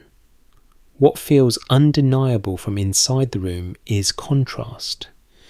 The difference between here and elsewhere is tangible even if imperfect. You hear about housing arranged through word of mouth, about gigs found through introductions rather than auditions, about friendships that function as lifelines. Community forms through proximity and shared experience, not ideology. A woman nearby talks about writing during the day and singing at night. The schedule sounds exhausting, but she shrugs. Work feels lighter when it does not require constant defence. You realise how much energy can be reclaimed when vigilance decreases. The music resumes and the room responds immediately. Feet tap, bodies sway. The rhythm carries both joy and assertion. Presence itself becomes an act of resistance, even when resistance is not the stated goal. Some scholars examining this period suggest that Paris served as a laboratory for black modernism, allowing experimentation that would later shape global culture. Others caution against overstating the city's role, pointing out the continued influence of American networks. Watching the exchange here, you feel how geography and identity interlock without cancelling one another. You step outside briefly to breathe. The night air cools your face. From the street, the club looks ordinary, almost forgettable. Inside, something significant is unfolding quietly without spectacle. Returning, you catch the end of a song that seems to stretch beyond its final note. Applause follows, layered with whistles and laughter. The musician bows slightly, more acknowledgement than performance. You think about how Paris absorbs talent without asking it to conform fully. The city reshapes influences, but it also allows them to retain texture. This balance attracts those seeking space to exist rather than to explain. As the evening progresses, conversations drift toward plans, tours, publications, recordings, futures imagined with cautious optimism. Nobody speaks in absolutes. Experience has taught restraint. You feel like a witness more than a participant, and that feels appropriate. Some stories are not yours to tell. They are yours to hear, to carry quietly. Walking away later, you sense how the night has recalibrated you. The city feels larger now, more layered. Paris is not just French. It is assembled from arrivals, departures, negotiations, and temporary shelters. Black American life here does not exist in isolation. It threads through music, literature, fashion, and conversation, leaving traces that will last longer than anyone present tonight can fully imagine. As you move back toward familiar streets, the sound of jazz fades, but the atmosphere remains altered. You walk with a steadier pace, aware that belonging can be situational, fragile, and still meaningful. Paris offers refuge, not as a guarantee, but as a possibility. For some, that possibility is enough to reshape a life. And tonight, you have felt its weight, gentle but unmistakable, settling into the rhythm of the city around you. By now, intimacy in Paris no longer surprises you, but it still catches you off guard. Relationships here rarely announce what they are. They unfold through proximity, habit, and shared hours, rather than declarations. You find yourself slipping into arrangements without ever naming them. You meet someone through a friend of a friend, which in Paris means there is already a loose trust in place. Conversations stretch late. Chairs are pulled closer. The city's noise thins, making room for quieter exchanges. What begins as companionship drifts almost unnoticed into something more complicated. Anyone living here soon notices that love in the 1930s often resists clear definition. Marriage exists, of course, but it does not contain every form of attachment. Affairs are common, sometimes discreet, sometimes openly acknowledged. Independence and intimacy coexist in uneasy balance. Emotional rules bend more easily than economic ones. You walk together along the river one night, shoulders nearly touching, not quite. The closeness feels deliberate. The water reflects lights in broken patterns, mirroring the uncertainty between you. No promises are spoken, none are required yet. A habit that rarely makes it into romantic retellings becomes visible as you watch couples interact. Many keep separate rooms even when deeply involved. Space is preserved intentionally. Autonomy is valued alongside affection. Love here often arrives with conditions that feel practical rather than cold. You sit in a cafe across from your companion, knees brushing under the table. Conversation drifts between seriousness and humour, never settling. There is comfort in this looseness. You do not feel pressed to explain yourself. That relief feels intimate on its own. Interpretations pull in different directions when scholars look back on relationships in interwar Paris. Some describe a period of sexual openness and experimentation. Others emphasize continuity, noting that social expectations still exerted quiet force. Sitting here, you sense how freedom and restraint coexist, shaping behavior subtly rather than dramatically. You notice how carefully people manage visibility. Certain gestures are saved for private spaces. Public affection remains measured even among those who defy convention elsewhere. The city tolerates difference, but it also watches. There is laughter tonight, easy and unforced. Your companion tells a story about a former lover who now feels more like a shared memory than a loss. The tone is affectionate, not bitter. Past relationships here are rarely erased. They are folded into identity. A small practical workaround surfaces as the evening stretches. You share a single dessert rather than ordering separately, not out of romance, but economy. The act feels symbolic anyway. Scarcity often sharpens intimacy. Shared decisions carry weight. You walk back through dim streets together, stopping occasionally to avoid puddles or let others pass. Conversation slows. Silence becomes companionable rather than awkward.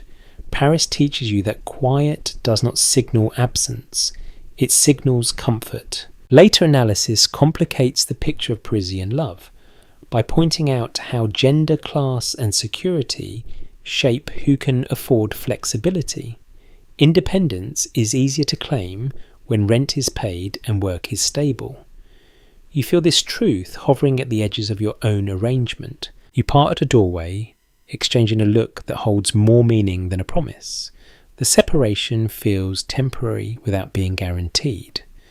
This uncertainty does not alarm you, it feels appropriate. Back in your room, you lie awake longer than usual, replaying fragments of conversation. Love here does not overwhelm. It insinuates itself, gently becoming part of daily rhythm rather than its centre. The next day you meet again without planning it. Paths cross naturally, coffee is shared, work interrupts, life continues around the connection rather than bending to it.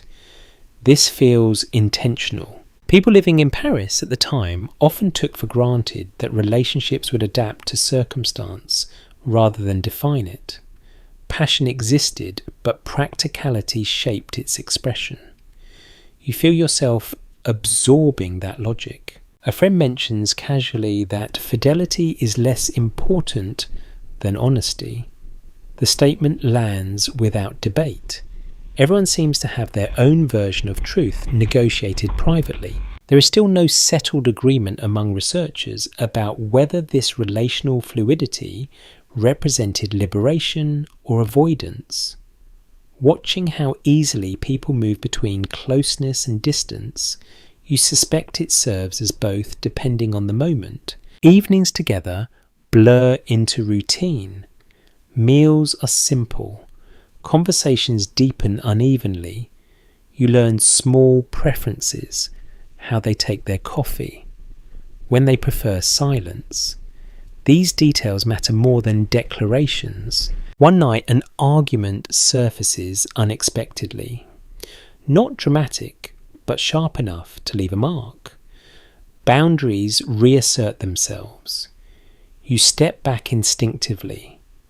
The conflict resolves without resolution, folding into the ongoing arrangement. You realise that love here is not a destination, it is a condition you manage. It offers warmth, distraction, support, and complication in equal measure. It does not rescue you from the city, it exists within it. As weeks pass, the relationship shifts again. It becomes lighter, less urgent. Neither of you names the change. There is relief in that mutual understanding. Walking alone one evening, you reflect on how attachment here rarely demands permanence. It asks only presence while it lasts. That expectation feels kinder than it sounds. Paris allows relationships to be unfinished like most things within it. People arrive, connect, drift apart, sometimes circle back. The city absorbs these movements without comment. You carry the experience forward not as heartbreak or triumph, but as texture. Love becomes another layer of daily life, influencing how you move, listen, and pause. By the time you return to your room, the night feels quieter, not empty, just settled. You realise that intimacy in Paris does not insist on being everything. It asks to be something briefly, honestly, and without illusion. And for now, that feels enough. Hunger returns the way it always does here, not dramatically, but persistently. It settles into your awareness sometime after nightfall, reminding you that pleasure and survival are separate negotiations. You follow it through familiar streets, past places that smell inviting, but cost more than you are willing to admit. Eating in 1930s, Paris is rarely about indulgence unless you are comfortably insulated from consequence. Most people you know treat meals as quiet problem solving. How to feel full without spending too much, how to stretch ingredients across days, how to make repetition feel intentional. You stop at a small place you have visited before, not because it is exceptional, but because it is predictable. Inside the tables are clothes and the lighting forgiving.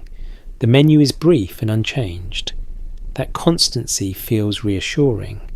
You order something simple, a dish that has sustained generations without ceremony. Anyone navigating the city at this time quickly learns that French cuisine, as celebrated as it is, has an everyday side that rarely appears in cookbooks. Meals are often modest. Soup, bread, cheese, a bit of meat when possible. Wine diluted slightly, not from disrespect, but practicality. The goal is nourishment, not performance. You eat slowly, savouring texture more than flavour. The warmth matters. The pause matters. Conversation hums around you, subdued but present. People talk while eating, but not loudly. Food commands a certain attention. A small practical habit reveals itself if you linger. Many diners leave a piece of bread untouched until the end, using it to wipe plates clean. Nothing is wasted. The gesture feels ritualistic, almost reverent. You adopt it without thinking. There has never been complete agreement among historians about how much scarcity shaped everyday diets in Paris during these years. Some argue that France avoided the worst nutritional impacts seen elsewhere. Others point to subtle deficiencies and chronic undernourishment hidden beneath cultural pride. Sitting here, you sense how resilience often masks compromise. You finish the meal feeling satisfied but not heavy. That balance is intentional. Overeating feels irresponsible when tomorrow's resources are uncertain. You pay carefully, counting coins twice, then leave with a nod that acknowledges mutual understanding. Later in your room, you supplement the meal with bread saved earlier. You tear it into small pieces, stretching the act of eating into something slower. Hunger fades gradually rather than abruptly. This pacing feels learned. Records from the decade quietly reveal how central routine meals were to maintaining morale. Even when food was limited, regularity mattered. Breakfast, lunch, dinner, however simple, anchored the day. You feel the anchoring now as your body relaxes slightly. You think about invitations you have declined, dinners you could not afford. Pride has its cost, so does acceptance. Navigating social meals requires calculation. Who expects you to contribute? Who offers without obligation? These distinctions shape friendships. An uncelebrated workaround appears as you recall past evenings. Many people host gatherings built around one dish rather than abundance. Everyone brings something small: bread, cheese, fruit, conversation. The meal becomes collective rather than impressive. As you lie back, digestion settling, you consider how food carries memory. Certain smells transport you instantly. Certain tastes recall specific rooms, people, conversations. Eating here is not just fuel, it is context. Later commentary from scholars complicates the romantic image of Parisian dining by highlighting how class determined access more than tradition. The famous bistros existed alongside countless kitchens where meals were improvised and repetitive. Both realities fed the city. You wash your hands, carefully conserving water. Cleanliness after eating feels important. It marks closure.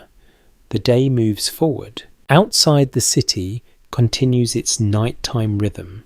Somewhere laughter rises. Somewhere else a door slams. Hunger does not disappear entirely.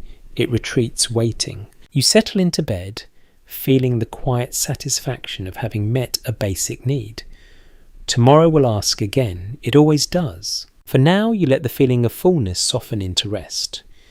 It is not luxury, but it is enough. And in this city, enough is often the most realistic comfort available. Politics does not wait for invitations in Paris. It slides into meals, leans across cafe tables, interrupts laughter, and settles into pauses where conversation briefly runs out. You hear it everywhere now, not as speeches or slogans, but as tone, as caution, as a subtle tightening when certain names are mentioned. You notice it first at lunch, when a harmless complaint about prices turns into a broader discussion about who is to blame. Voices lower instinctively, opinions sharpen. No one claims certainty, but everyone has a direction they lean. Politics here is not an event. It is a background pressure that shapes how people speak and when they stop. Anyone living in the city during this period will quickly recognise that Paris is intensely political without always appearing so. Newspapers are read thoroughly. Editorials are discussed as if they were personal letters. Posters appear overnight, pasted to walls already crowded with yesterday's arguments. The city is saturated with opinion even when it pretends to be casual. You sit at a cafe where the table beside you has become a small debating chamber. 3 people, all familiar with one another, argue in turns that feel rehearsed. One gestures sharply, another responds with dry humour. The third listens longer than expected, then offers a comment that resets the entire exchange. You realise how practiced this is. Debate here is a social skill. A small but telling routine emerges if you watch long enough. People often test opinions gently before committing. A phrase dropped lightly, a raised eyebrow, a joke that could be walked back. Reactions are read carefully. Only then does conviction appear, if it does at all. The political landscape itself feels crowded. Socialists, communists, conservatives, monarchists, and those who distrust all of them share the same streets and tables. Allegiances overlap with class, profession, and neighbourhood, but never perfectly. Identity here resists clean sorting. Interpretations continue to diverge among scholars studying this era about whether political engagement in Paris was driven more by ideology or by economic anxiety. Sitting among these conversations, you sense how both forces are inseparable. Beliefs harden most quickly when wallets thin. You overhear a man insist that the future belongs to order. Another counters that order without justice is meaningless. The words hang in the air longer than the speakers intend. Nobody resolves the disagreement. That is not the goal. Expression itself seems to matter more than outcome. A detail that often escapes attention appears in how people position themselves physically during these discussions. Bodies lean forward when defending a point. Chairs angle away when retreating. Politics is negotiated not just through language, but through posture. You feel a flicker of discomfort as the conversation brushes close to international tensions. Germany is mentioned, Spain. Borders that feel suddenly less abstract. The tone shifts. Jokes evaporate. Even those who claim optimism do so cautiously as if not to tempt fate. People living through these years do not have the luxury of hindsight. For them, the future feels foggy rather than catastrophic. You sense this uncertainty in the way discussions circle without landing. Predictions are offered, tentatively withdrawn quickly. Later analysis complicates the image of Paris as politically unified or decisive during the 1930s. The city contains fierce engagement alongside deep ambivalence. Participation does not always translate into action. Debate can be both energizing and paralyzing. You notice how often politics intersects with personal history. Someone references a father lost in the last war. Another mentions a brother struggling to find work. These stories ground arguments in lived experience, lending weight without resolution. As evening arrives, political talk migrates from tables to sidewalks. Groups pause mid-walk to finish a point. Others split abruptly. Conversations unfinished. Disagreement does not always fracture relationships here, but it leaves residue. You walk past a wall layered with posters, each partially covering the last. Messages compete for space for visibility. Some are already peeling, others look freshly applied. The city wears its politics openly, but not permanently. A subtle strategy becomes apparent when you watch people navigate public discussion. Many save their strongest opinions for private spaces. Public talk stays general. Specifics are reserved for trusted ears. Caution feels earned rather than cowardly. Researchers examining police records and personal letters from the time note how surveillance and suspicion quietly influence behaviour even without overt repression. You feel that influence in the way people glance around before speaking freely. At a different cafe, the mood is lighter. Politics surfaces briefly, then dissolves into talk of music and work. The relief feels intentional. Constant vigilance exhausts. Pleasure becomes an act of resistance, or at least of preservation. You realise that political awareness here is not something you turn on and off. It hums continuously, adjusting volume depending on context. You absorb it, whether you want to or not. Walking home, you replay fragments of conversation. None offer clarity. All carry urgency. You feel both more informed and less certain. That seems to be the common outcome. Paris does not demand that you choose a side immediately. It demands that you listen, that you remain alert, that you understand how words carry weight even when spoken casually. By the time you reach your building, the street has quieted. Windows glow softly. Inside radios murmur news into private rooms. Politics settles into the night alongside everything else. You lock your door and sit for a moment, letting the tension ease slightly. Tomorrow will bring more arguments, more headlines, more uncertainty. For now, you allow yourself to rest inside the unresolved. In this city, ambiguity is not a failure of thought. It is a condition of living. And as sleep edges closer, you understand that politics here is not just about power or policy. It is about belonging, fear, hope, and the constant attempt to make sense of a future that refuses to clarify itself. You begin to notice empire not as a concept, but as a presence that moves quietly through ordinary moments. It appears in faces you pass without remark, in accents that carry heat and distance, in goods stacked neatly behind shop windows. Colonial Paris does not announce itself loudly, it blends in. You encounter it first through people. Men in tailored coats speaking French with rhythms shaped elsewhere. Women moving through markets with practiced efficiency, selecting familiar ingredients in unfamiliar surroundings. Children translating casually between languages, their ease suggesting this is not new for them.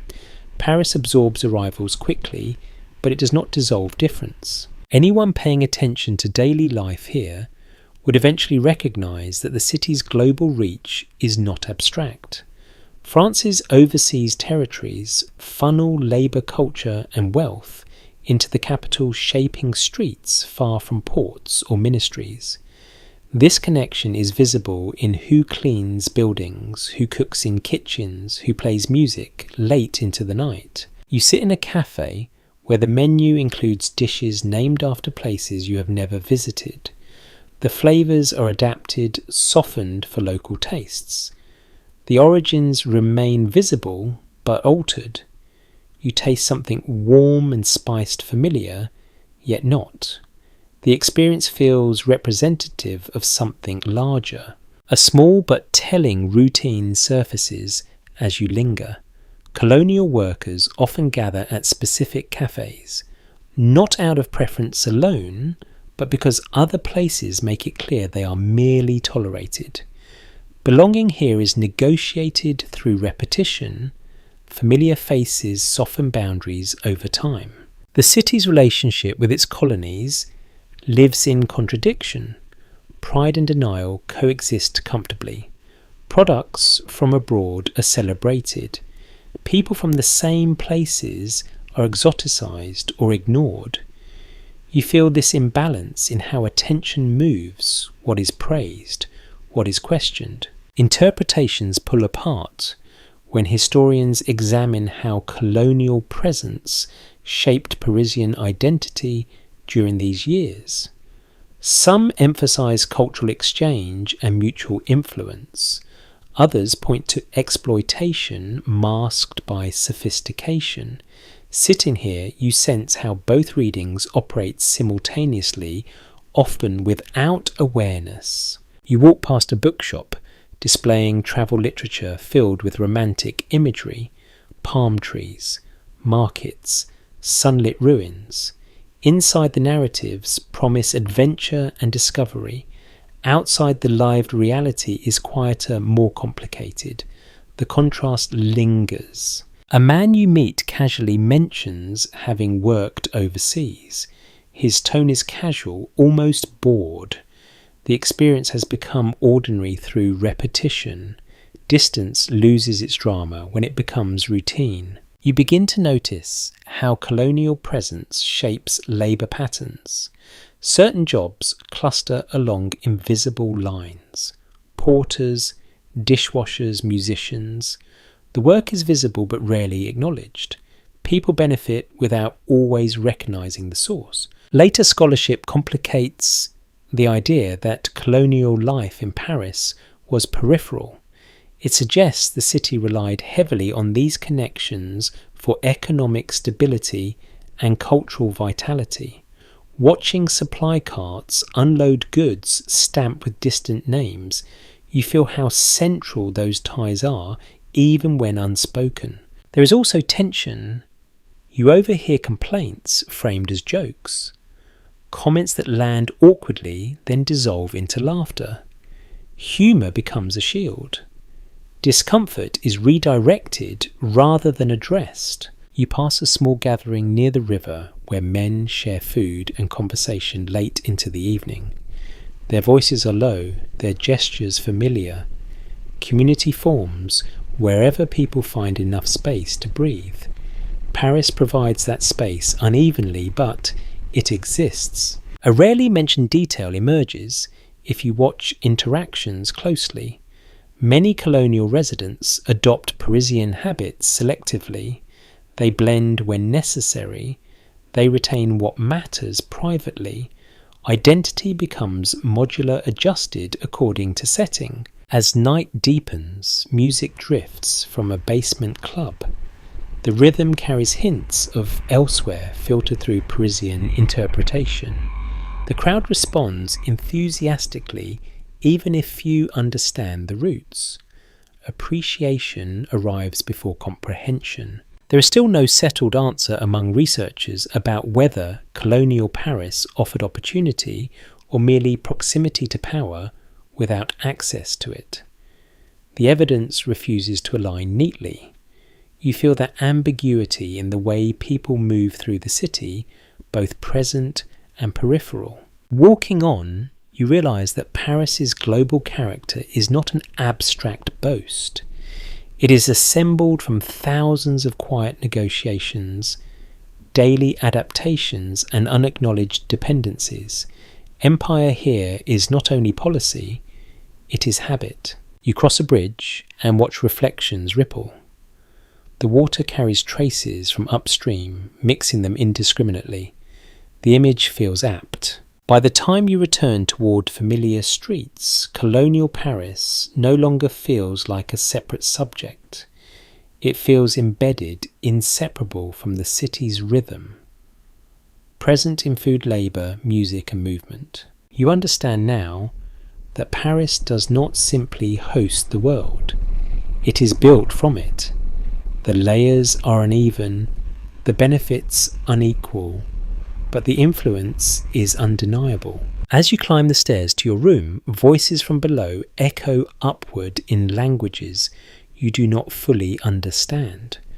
They fade gradually, folding into the night air. You lie down with the sense that the city is larger than it appears on maps. Its reach extends far beyond its borders, carried quietly by the people who pass through it every day. And as sleep approaches, that awareness settles beside you, not heavy, just present. Another layer added to the city you are learning to inhabit. You begin to understand leisure here, not as something scheduled, but as something slipped into the edges of the day. Paris teaches you how to rest without stopping. It offers pauses rather than breaks, moments where you can breathe without officially being finished with anything. You walk without destination more often now, not because you are lost, but because walking itself has become enough. The city rewards this habit. Streets curve gently, unexpected views open and close. You slow instinctively, letting your eyes do the work your mind usually insists on doing. Anyone living here soon realizes that free time in 1930s Paris rarely looks like idleness. Park sidewalks, river banks and church steps function as informal sitting rooms. People read standing up. They lean against walls to think. They watch without comment. Leisure unfolds publicly and quietly. You stop near a small square where chairs have been arranged loosely, not owned by anyone in particular. Some are occupied, some wait. You choose one and sit, letting the chair creak beneath you. The sun touches your face briefly, then moves on. You stay. A small, easily missed habit shapes these moments. Many Parisians carry books or newspapers even when they do not intend to read much. The object itself justifies lingering. It signals purpose without effort. You adopt this practice, appreciating how it shields you from questions. Children play nearby, inventing games from whatever is available. Their voices rise and fall unpredictably. Adults glance occasionally attentive, but not hovering. Supervision here is indirect, woven into the environment rather than imposed upon it. There is ongoing discussion among historians about whether this culture of public leisure fostered stronger social bonds or merely reflected economic necessity. With limited private space, people adapt outward. Sitting here, you sense how both explanations coexist. Constraint produces creativity, but it also normalizes exposure. You watch an older man feed pigeons with deliberate patience. He tears bread into careful pieces, releasing them slowly. The birds respond, eagerly familiar with the ritual. This exchange feels timeless, though it is shaped by circumstance. Bread is precious, yet shared. You rise and continue toward the river, following a path worn smooth by repetition. The Seine receives walkers generously. Its banks invite reflection without demanding participation. You lean against the stone railing and let the water carry your thoughts forward. A detail rarely emphasized in grand narratives becomes clear as you linger here. Many people treat the river as emotional regulation. When conversations overwhelm, when rooms feel too close, the water offers distance without departure. You understand why. The pace along the river is slower. Conversations soften. Silence becomes acceptable. Couples walk without speaking. Individuals pause alone, unremarkable and unremarked upon. The city allows this quiet without suspicion. Later scholarship complicates the idea that leisure here is entirely voluntary. Economic limits push people toward activities that cost nothing. Museums offer free days. Churches remain open. Libraries welcome anyone willing to sit quietly. Culture becomes accessible not out of generosity but habit. You step into a church briefly drawn more by stillness than belief. The interior cools the air immediately. Footsteps echo softly. Candles flicker. You sit for a moment, letting the hush settle into your shoulders. No one asks why you are there, leaving you feel lighter, not spiritually transformed, but steadied. Rest here arrives in fragments accumulated slowly. You notice how often people stop simply to watch.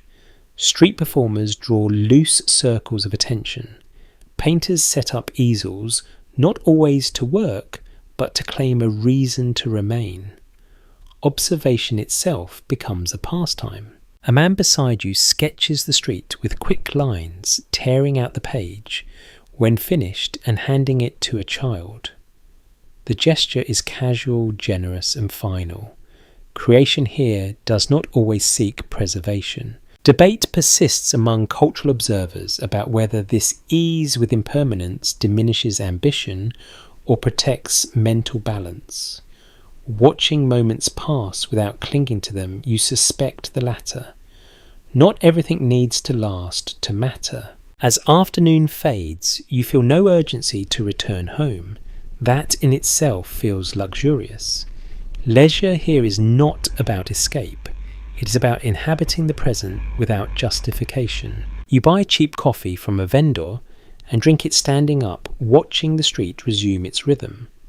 The warmth spreads slowly. You do not rush it. A small practical truth asserts itself. Leisure requires stamina. Long walks, standing conversations, hours spent upright, all demand physical resilience. Rest is active here, not passive. You feel it in your legs, your back, your breath. As evening approaches, chairs fill again. Light changes. The city shifts tone without stopping. You remain within it, neither productive nor idle, simply present. You realise that leisure in Paris does not announce itself as reward. It appears as permission. Permission to pause. Permission to observe. Permission to exist without output. This realisation feels important though, not urgent. You carry it quietly as you stand and begin walking again. The streets welcome you back without comment. There is no boundary between work and rest here, only degrees of attention. By the time you turn towards home, you feel restored in a subtle way, not energized, not emptied, balanced. Paris has offered you something without charging for it. Space to linger, time to pass without accounting, the chance to breathe inside a crowded place. As night edges closer, you understand that leisure here is not an absence of effort. It is a redistribution of it. And as you climb the familiar stairs that understanding settles comfortably beside you, another small adaptation that makes life here possible. Your body begins to speak more clearly now, less politely. It does not complain loudly, but it reminds you with persistence, a stiffness in the shoulders when you rise, a dull pressure behind the eyes after too many hours of smoke and conversation. Paris, in the 1930s, asks a great deal of the human frame, and it rarely checks whether you are prepared to give it. You notice the fatigue first in the mornings. Sleep here is shallow, interrupted by street noise, by voices rising unexpectedly, by the clatter of carts before dawn. Mattresses are thin. Pillows are shared or improvised. Rest happens, but it is negotiated rather than guaranteed. Anyone moving through daily life in this city quickly becomes aware that health is managed informally. Doctors exist, hospitals too, but most care begins at home or not at all. People rely on habit, folk, wisdom and endurance. You hear advice traded casually. Drink less. Smoke more lightly. Walk it off. Sleep when you can. You cough once, then again the sound dry and familiar. Cigarettes are everywhere. They fill hands, mark pauses, punctuate thought. You smoke occasionally, not out of addiction at first, but because refusing feels conspicuous. The habit arrives quietly, then settles in. A small, uncelebrated workaround reveals itself as you observe others closely. Many people time their smoking carefully, spacing cigarettes to stretch supply and limit strain. Even indulgence here is measured. You stop at a pharmacy to buy something simple. The shelves are lined with powders, tonics, and remedies promising relief rather than cure. The pharmacist offers advice freely, based more on experience than formal diagnosis. You accept it, knowing that reassurance is part of the treatment. There is still uncertainty among researchers about how widespread chronic illness was among urban Parisians during this decade. Some accounts suggest remarkable resilience. Others point to exhaustion normalized into invisibility. You feel the truth hovering between those views as you carry on, neither sick nor fully well. The air itself weighs on you some days. Coal smoke settles into lungs. Street dust clings to skin. You wash your face more often now, seeking refreshment rather than cleanliness. Water is cool, bracing, briefly restorative. You watch an older man rub his knees before standing. A woman pauses to catch her breath halfway up a stairwell. These gestures are small, common, and unremarked upon. Bodies here age visibly not because life is harsher than elsewhere, but because it is so exposed. A detail that slips past most written accounts becomes clear as you pay attention to pacing. People plan their days around energy rather than clocks. Errands cluster to minimize movement. Social obligations are declined without explanation. Fatigue carries social permission. You sit in a cafe, nursing a drink you do not finish, letting your eyes close briefly. Nobody comments. Napping in public is not admired, but it is understood. Exhaustion is shared. Later analysis complicates romantic images of Parisian nightlife by emphasizing its physical cost. Late hours, poor nutrition, and constant stimulation erode resilience over time. Watching people stretch sore backs and massage temples between laughs, you sense the toll accumulating quietly. You hear someone mention a friend who has fallen ill and returned home to recover. Leaving the city for health reasons is common spoken of without shame. Paris is demanding. It does not pretend otherwise. You climb the stairs to your room more slowly now, hand brushing the wall for balance. Inside, you open the window, despite the chill trading warmth for air. Breathing deeply feels like a small act of resistance. You lie down fully dressed, shoes off, but coat still on. Rest does not always wait for ritual. It takes whatever form it can. As you drift towards sleep, your mind flickers with half-thoughts. Conversations replay. Music echoes faintly. The city continues beyond your walls, indifferent to your fatigue. There is debate among historians about whether urban life in this era shortened lives or simply reshaped them. Longevity statistics offer one view. Personal accounts offer another. From inside your own body, the question feels abstract. What matters is tomorrow. You wake briefly, unsure how much time has passed. Outside, a voice calls out. Somewhere a radio hums. You turn onto your side, adjusting your weight, finding a position that allows breath to deepen. Rest arrives in pieces. 10 minutes here, 20 there. You collect them without expectation, trusting that accumulation will suffice. Paris does not promise wellness. It offers momentum. Staying upright requires attention, adaptation, and occasional surrender. You learn to listen to your body not as an obstacle, but as a collaborator. By morning, fatigue has not disappeared, but it has softened. You sit up slowly, aware that this rhythm is becoming familiar, tired but functional, strained but present. In this city, health is not the absence of discomfort. It is the ability to continue despite it. And as you wash your face and prepare to step back into the street, you accept that reality without resentment. It is simply another condition of belonging here. You start to understand the rules long before anyone explains them. Paris does not rely heavily on written instructions. It prefers signals, a look held too long, a pause before answering, a knock that comes at the wrong hour. Policing here is not only uniforms and whistles, it is expectation memory and the quiet knowledge of what draws attention.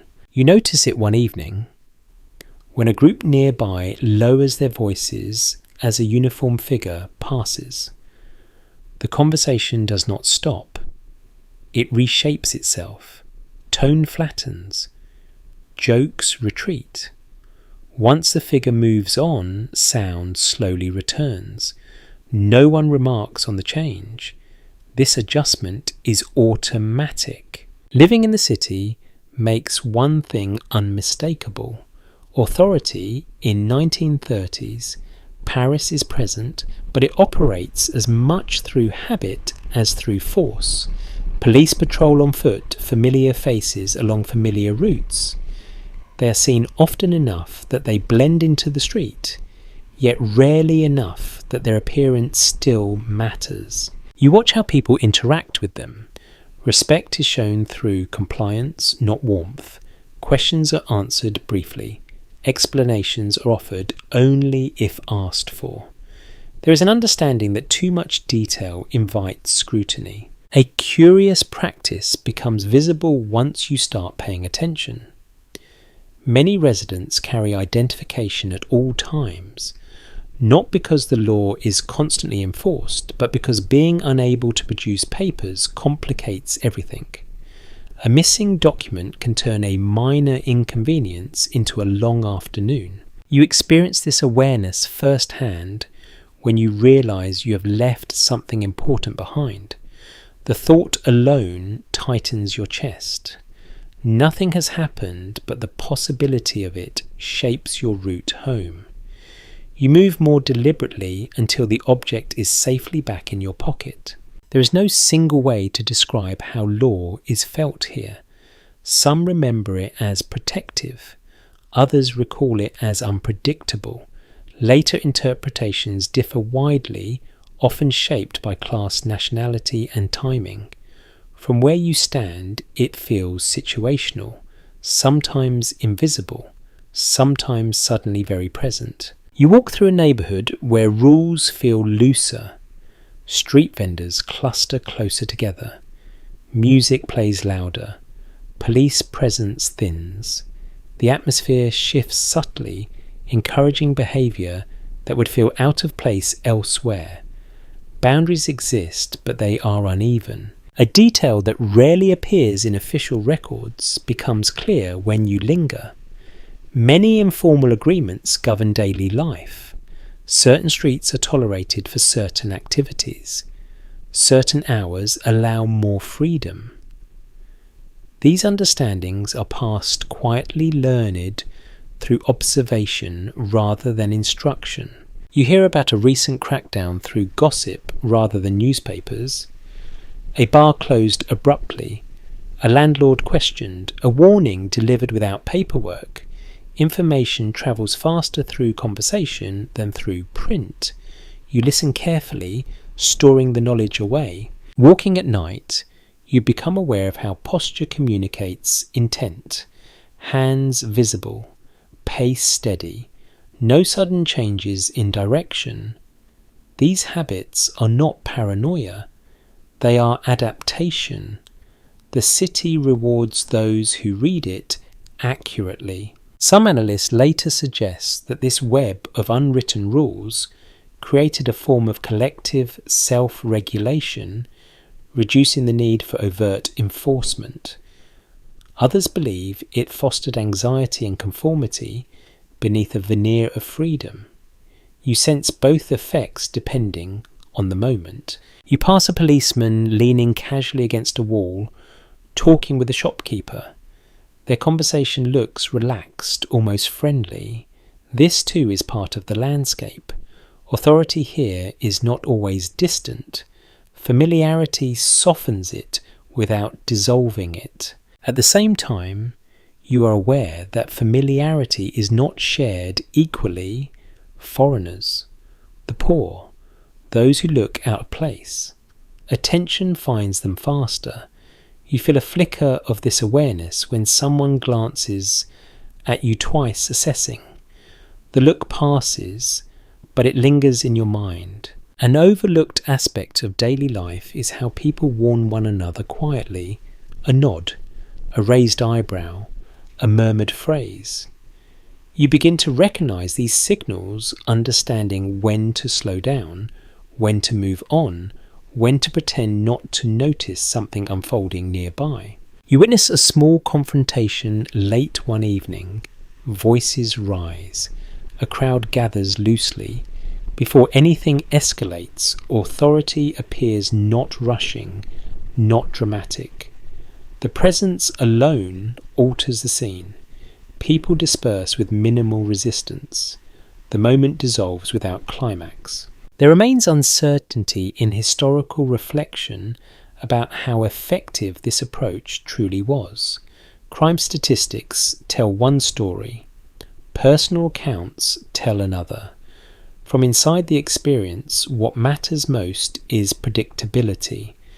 Knowing how far you can go before the tone changes. You learn that most infractions are handled quietly.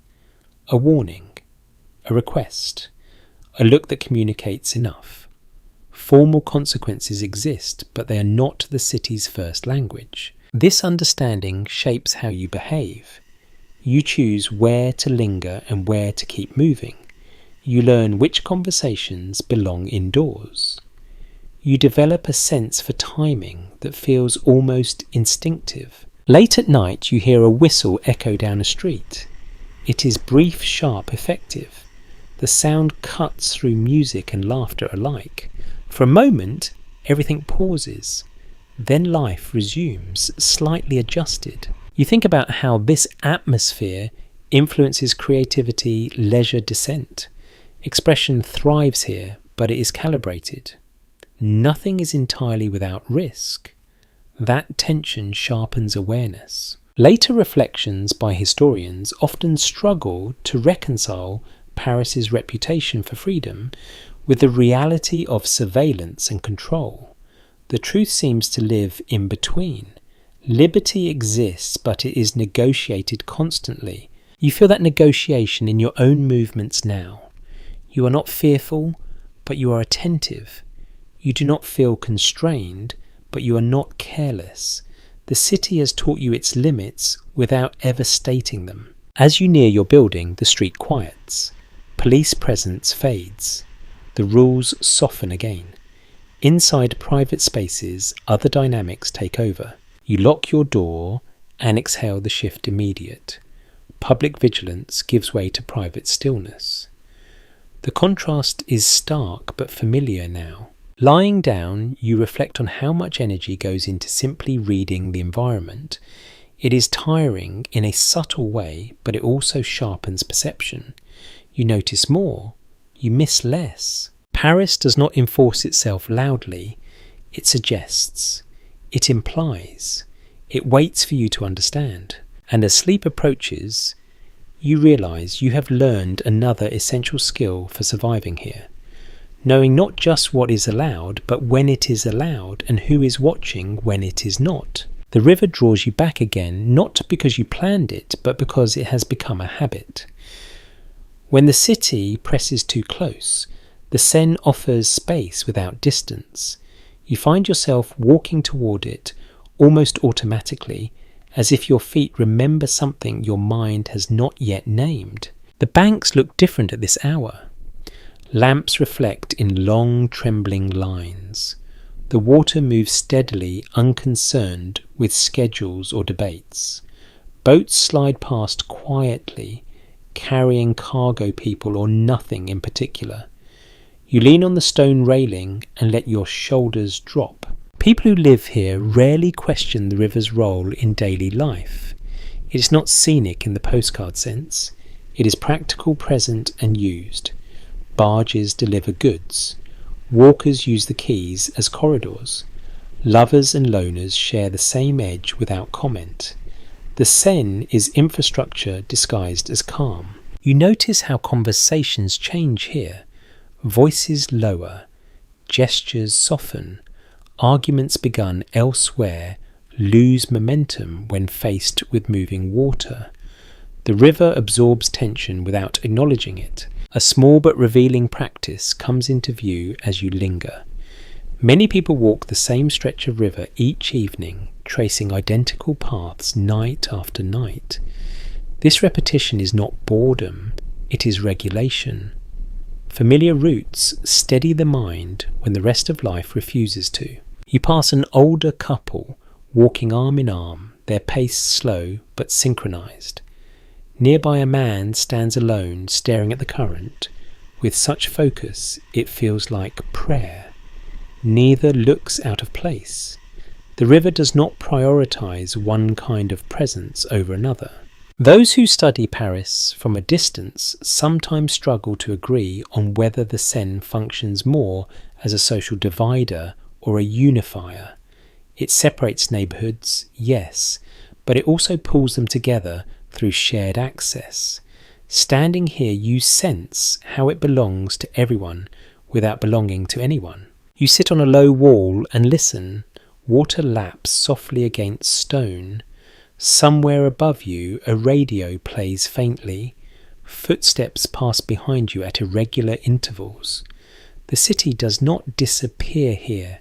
It becomes manageable. You take out a piece of bread and eat it slowly, not because you are hungry, but because the act feels right in this place.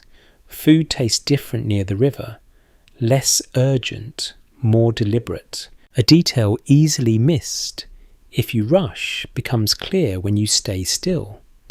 The river carries smells as well as sound. Damp stone, oil, rotting leaves. Occasionally something sharp and metallic. These scents change with weather and traffic. They mark time more subtly than clocks. You watch a group of young people sitting with their feet dangling over the edge, passing a bottle carefully between them. They talk softly, laughing in bursts that rise and fall. No one shushes them. The river tolerates noise better than the streets do. Later reflections by historians often note how public spaces like this allowed Parisians to process uncertainty without isolation. Privacy here is partial. You are alone among others. That balance feels essential. You walk again, letting your steps fall into rhythm with the water's movement. The city seems to exhale alongside you. Even the lamps feel gentler here, their light less demanding. A man fishing packs up quietly his bucket light. The activity looks more symbolic than productive. The ritual matters more than the outcome.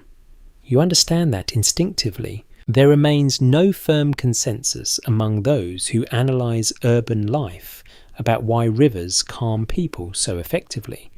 Some point to biology, others to habit and memory. From your position, the explanation feels unnecessary. The effect is immediate and real. You stop near a bridge and look up at its underside, where sound echoes differently. The city's noise is reshaped here, softened into something almost musical. You stand beneath it, for a moment longer than necessary, enjoying the altered acoustics. Walking away, you feel steadier. The tension carried from earlier conversations and crowded rooms has loosened. The river has not solved anything. It has simply given you room to hold unresolved thoughts without strain. You notice how often people leave the river reluctantly glancing back as they climb stairs toward the street. The transition feels abrupt. Above the city resumes its urgency. below the water continues without concern. You linger one last moment, hands resting on cool stone. The night air feels heavier now, carrying hints of rain. You breathe deeply, letting the smell anchor you. As you turn toward home, you carry the river with you, not physically, but rhythmically. Your pace remains slower, your thoughts stay wider. The Seine does not demand attention, it offers it. It gives you permission to pause without explanation. By the time you reach familiar streets, the calm has settled into your posture. Shoulders lower, breath deepens. The city feels less like something to endure and more like something to move within. You understand now why people return here again and again. The river is not escape, it is alignment. And as you climb the stairs to your room, the sound of water lingers faintly in your ears, a reminder that even in a crowded city, there are currents designed to carry you gently forward. Books begin to matter to you in a practical way, not as decoration or aspiration, but as shelter. When rooms feel too close and cafes too loud, you drift toward places where silence is not suspicious. Libraries in Paris do not advertise comfort, but they provide it reliably. You enter one on a cool afternoon, the transition immediate. Sound drops away as if absorbed by the walls. Footsteps soften. Voices reduce themselves to murmurs without instruction. You choose a seat that feels already occupied by past concentration, the wood worn smooth by generations of elbows and thought. People who rely on these rooms understand something essential about the city. Space for reflection exists, but it must be sought deliberately. Libraries offer warmth in winter, shade in summer, and time without purchase. They are among the few places where lingering is not only tolerated, but expected. You open a book you did not plan to read, letting the first page decide whether you stay. Reading here feels different. The words carry weight, not just from meaning, but from context. Others around you are doing the same quiet work, each in their own mental corridor. A subtle but meaningful habit reveals itself as you watch the room. Many people bring their own notebooks, not to copy passages, but to think alongside them. Writing becomes conversation rather than record. You adopt this without reflection, grateful for the permission. These spaces attract a particular mix. Students studying earnestly, unemployed men reading newspapers from cover to cover, women translating foreign texts line by line. Each presence is purposeful, even when the purpose is simply to pass time with dignity. Later examination of urban life highlights how libraries functioned as social equalizers in subtle ways. Access was not universal, but it was broader than most institutions. Knowledge sat within reach, even if opportunity did not always follow. You notice how carefully people handle books. Pages are turned slowly, margins remain untouched. The objects carry authority. They are not owned. They are borrowed temporarily, respectfully. A detail that rarely appears in celebratory accounts becomes clear as the hours pass. Libraries also serve as refuges for those who have nowhere else to be. Warmth is shared without comment. Sleep sometimes overtakes readers briefly, heads bowed, eyes closed. No one intervenes. You read until your eyes tire, then let your gaze drift. The room breathes evenly. Time thickens. Outside the city continues its negotiations. Inside there is suspension. There is still disagreement among those who study intellectual life in this period about how accessible education truly was. Libraries offered resources but not credentials. Reading did not guarantee advancement. Still, the act itself carried value. You copy a phrase into your notebook, unsure why it resonates. It simply does. You trust that meaning will arrive later or not at all. Either outcome feels acceptable. When you leave the light outside feels sharper, louder, the street reasserts itself. You walk away with the sense of having been briefly removed from urgency, even though nothing concrete has changed. That evening, you return to your room and read again by lamplight, extending the quiet artificially. The words soften the edges of the day. Sleep arrives more easily afterward. Books in this city do not promise escape. They offer continuity, a reminder that thought persists even when circumstances fluctuate. And as you drift toward rest, the silence of the library lingers, folded gently into the noise of Paris beyond your window. Faith in Paris does not always announce itself through belief. More often it appears as habit.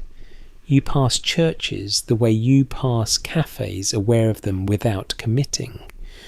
Doors stand open during the day, not inviting exactly, but available. You step inside sometimes without intention, guided more by temperature and quiet than devotion. The air changes immediately. Stone holds coolness. Sound behaves differently here, echoing gently, refusing urgency. You slow without deciding to. Your footsteps feel intrusive at first, then absorbed. Others move through the space with practiced ease, crossing themselves quickly or not at all. For many residents of the city, religious life in the 1930s is woven into routine rather than conviction. Baptisms, funerals, weddings continue regardless of personal doubt. Ritual persists because it structures time. Sundays feel different even for those who do not attend Mass. Bells mark hours whether you listen or not. You sit near the back on a wooden bench worn smooth by centuries of contact. The seat creaks softly. No one turns. Attention here is diffuse, unfocused, allowing you to exist without explanation. You appreciate that. A small, easily overlooked practice becomes visible as you watch people come and go. Many enter briefly, pause, then leave without participating in formal prayer. The visit itself seems to matter. Presence substitutes for declaration. You do the same, sitting quietly, letting the space do most of the work. Candles flicker near side altars, their flames steady despite passing drafts. Someone kneels, head bowed. Another person stands near the door, reading a notice posted on the wall. Sacred and ordinary share the same floor without tension. Those who later study this period often struggle to agree on how deeply secular Paris truly was. Attendance numbers suggest decline. Architecture and ritual suggest continuity. Sitting here, you feel how belief can thin without disappearing. It stretches, adapts, settles into background rather than vanishing. You leave the church and step back into the street. The transition abrupt. Noise returns, smells shift. The city resumes its pace without waiting for you to adjust. You carry a trace of stillness with you, though it fades quickly. Later that day, you encounter ritual again in a different form. A shopkeeper closes briefly at the same hour every afternoon, not for prayer, but for rest. A family eats together at a fixed time, regardless of hunger. Habit organizes life where certainty does not. You realize how many actions here follow inherited patterns without requiring belief. People do things because they have always been done that way, or because doing them differently would require explanation. Continuity becomes its own justification. At night you hear bells again, marking time invisibly. You do not count the strikes. You do not need to. The sound settles into the city's rhythm like breathing. There is quiet disagreement among those who interpret this era about whether ritual offered comfort or constraint. Some see tradition as stabilizing during uncertain years. Others view it as resistance to necessary change. From inside daily life, the distinction feels less important than the effect. Ritual steadies. That is enough. You attend a funeral one afternoon for someone you barely knew. The church fills with people connected loosely through work, neighbourhood, or obligation. The ceremony proceeds with familiar cadence. Words repeat phrases you have heard before. Grief expresses itself through posture rather than sound. Afterward, people gather outside, speaking softly, then more normally. Life resumes quickly, not out of disrespect, but because it must. Ritual contains sorrow briefly, then releases it back into the street. A detail that slips past most summaries becomes clear when you watch how people behave around churches at night. They become landmarks rather than destinations, meeting points, reference markers. The buildings anchor the city spatially even when belief wavers. You pass one late evening and see a man sleeping on the steps, wrapped in a coat too thin for the season. No one disturbs him. The church provides shelter without intervention. This too is part of its role. As weeks pass, you notice how holidays arrive and depart. Shops close or shorten hours. Meals shift slightly. Decorations appear briefly then vanish. Celebration is restrained, integrated rather than overwhelming. You think about how ritual extends beyond religion. Jazz nights follow familiar patterns. Cafe mornings repeat reliably. Even arguments return to familiar shapes. Repetition becomes reassuring when the future feels unpredictable. Some later commentators suggest that Paris's attachment to ritual slowed adaptation. Others argue it preserved coherence. Walking through the city, you sense how repetition creates continuity, even when meaning shifts beneath it. You light a candle one evening in your room, not for prayer, but for warmth and atmosphere. The flame steadies you. You sit quietly watching it burn down slowly. The act feels ceremonial without being religious. This blending of sacred and ordinary feels characteristic of the city. Nothing is entirely one thing. Churches are quiet spaces. Cafes are confessionals. Streets become processions without intention. You lie in bed, listening to distant bells mark the hour. You do not know which church they come from. It does not matter. The sound confirms time passing, life continuing. Ritual here does not demand belief. It offers structure. It provides pauses in a city that rarely stops. You accept it on those terms. As sleep approaches, you feel the comfort of repetition settle in. Tomorrow will resemble today in small ways.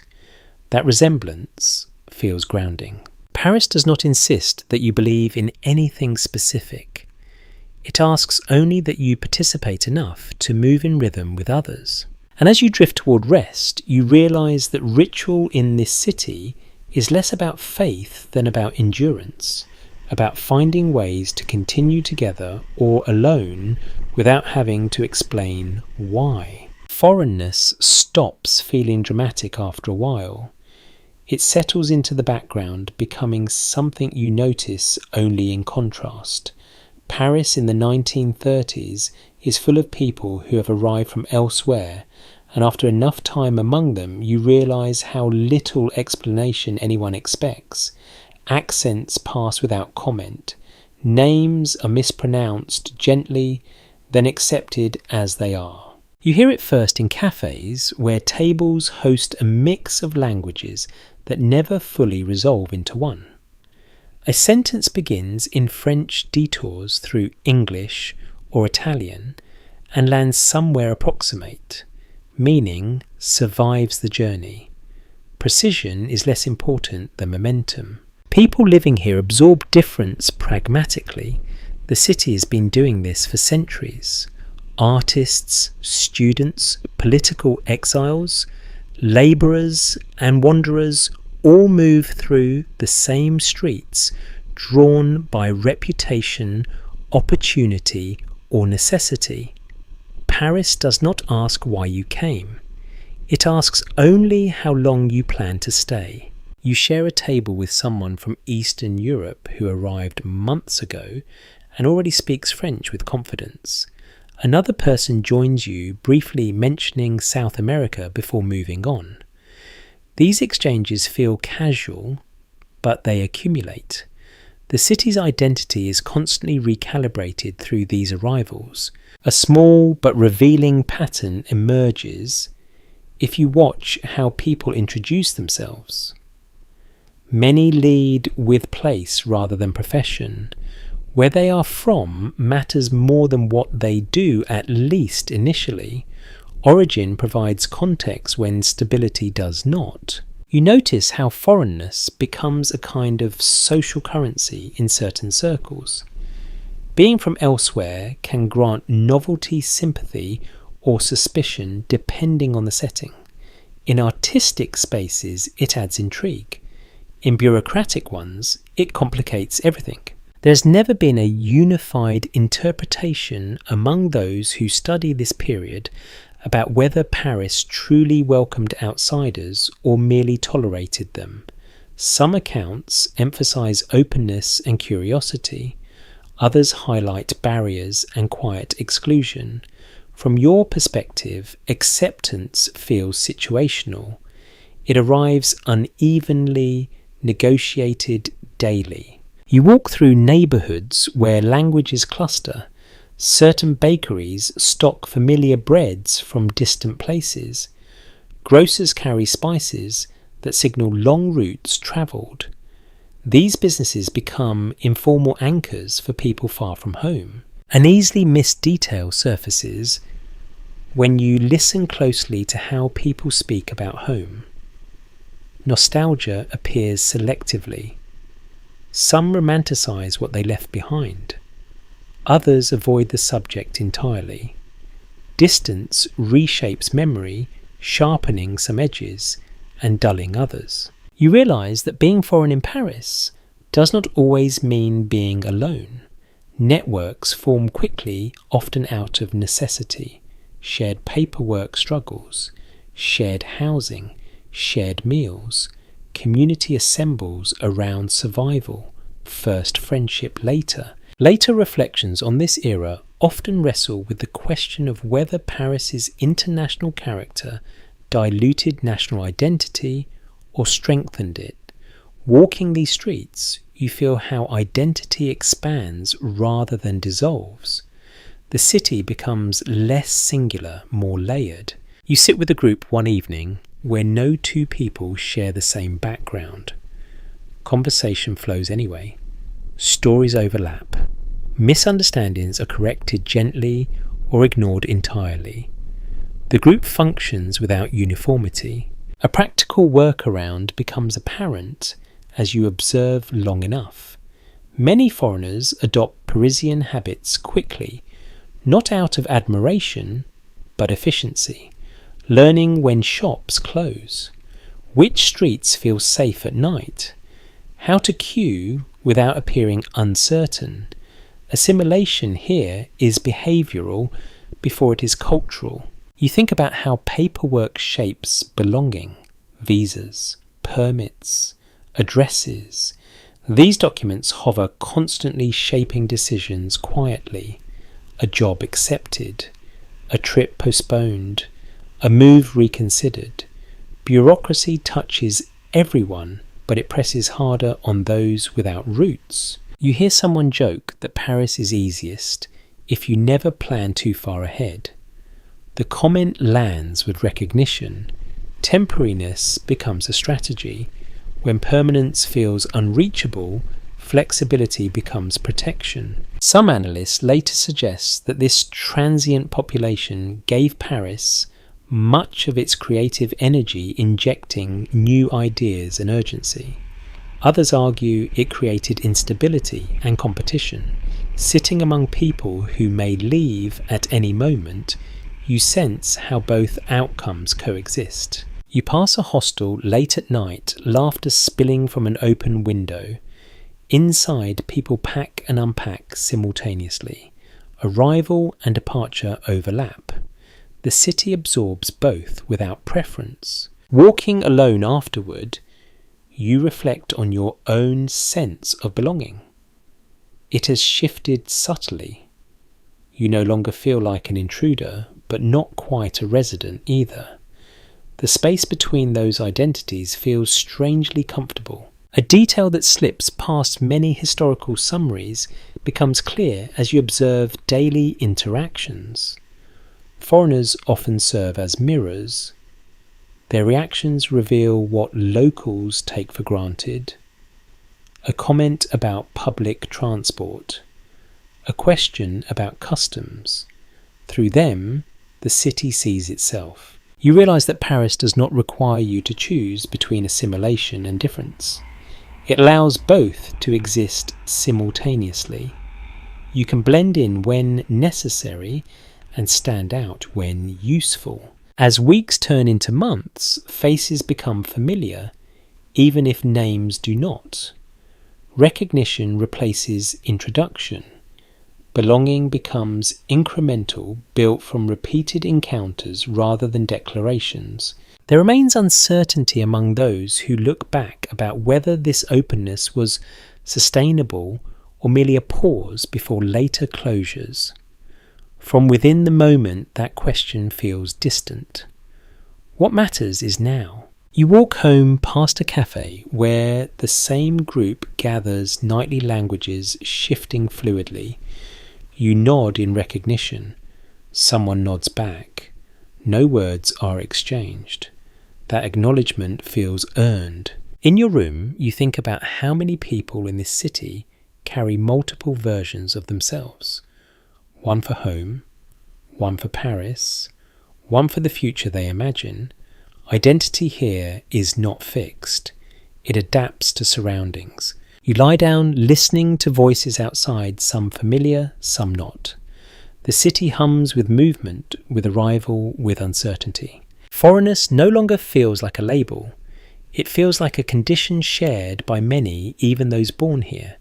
Everyone negotiates their place, daily adjusting to change that never fully settles. Paris allows this negotiation to continue without resolution. It does not insist on clarity.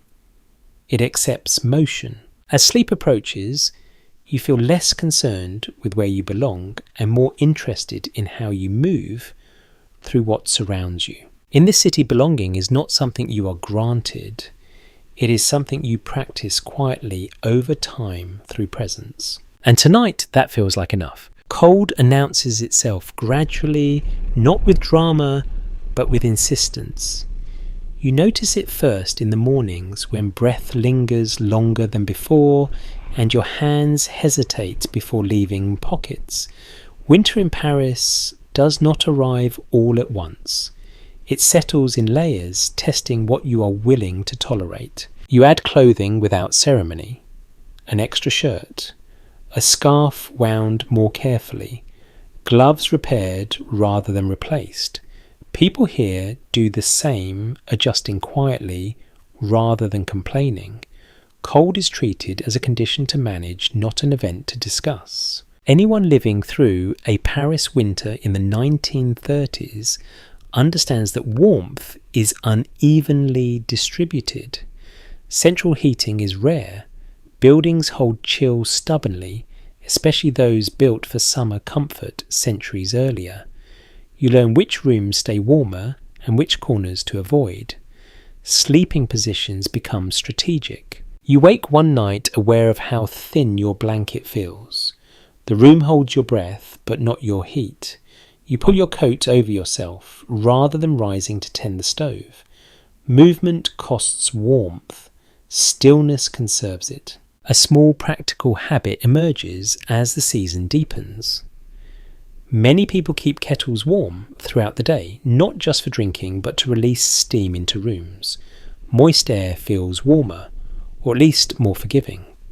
You adopt this practice, grateful for its simplicity. You notice how winter reshapes routines.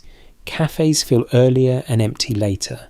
Streets thin more quickly at night. People walk faster, heads lowered, conserving energy. The city contracts slightly, drawing inward. There is lingering uncertainty among those who later analyse urban winters about how much cold affected health versus morale. Illness increases, so does isolation, yet social habits adapt, pulling people into shared spaces rather than leaving them alone. Watching rooms fill with bundled figures, you sense how survival here is collective. You sit closer to others now without apology. Chairs crowd together, bodies share warmth. The proximity feels less intrusive in winter, more necessary. Boundaries soften under cold pressure. Food changes too. Meals grow heavier. Soups replace lighter fare. Bread disappears faster. You feel hunger sharpen more quickly, as if the cold itself consumes calories. You plan meals carefully anticipating need rather than responding to it. A detail that rarely receives attention becomes clear as you watch shopkeepers work. Many leave doors partially open even in winter, trading heat for visibility. Business survival outweighs comfort. Cold is tolerated in service of continuity. You walk through a market where vendors stamp their feet between customers, breath puffing visibly. Conversation stays brief. Hands move quickly. Money exchanges feel rushed. No one lingers without reason. As night falls, earlier evenings lengthen artificially. Lamps glow longer. Conversations stretch. People stay indoors, not just to rest, but to share time. Winter compresses social life into fewer, denser hours. Those who study this period continue to differ on whether winter intensified community or deepened hardship. Diaries suggest both. From inside the experience, the distinction blurs. Difficulty brings people together and wears them down simultaneously. You climb the stairs to your room, with cold settled into your bones. Inside you light a small flame and hover near it, absorbing warmth patiently. The process takes time. You do not rush it. You notice how silence changes in winter. Streets grow quieter, but not calmer. Sounds carry farther in cold air. A door slam echoes. Footsteps ring sharply. The city feels more brittle. Sleep comes differently now. You drift in and out, waking when the room cools too much, then settling again once your body adjusts. Rest is pieced together rather than taken whole. You hear someone coughing through the wall and wonder briefly about them, then about yourself.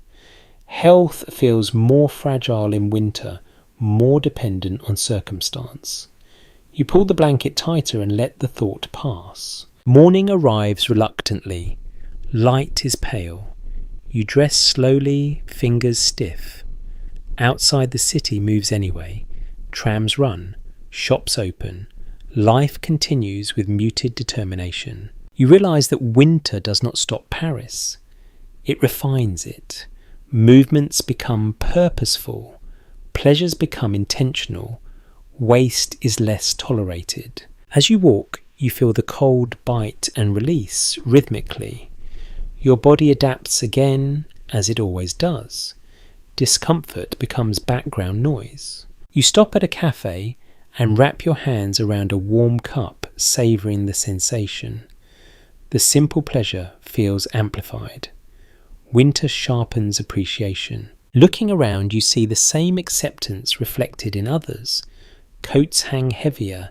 Faces look tired but composed. No one expects ease. Paris in winter does not offer comfort freely.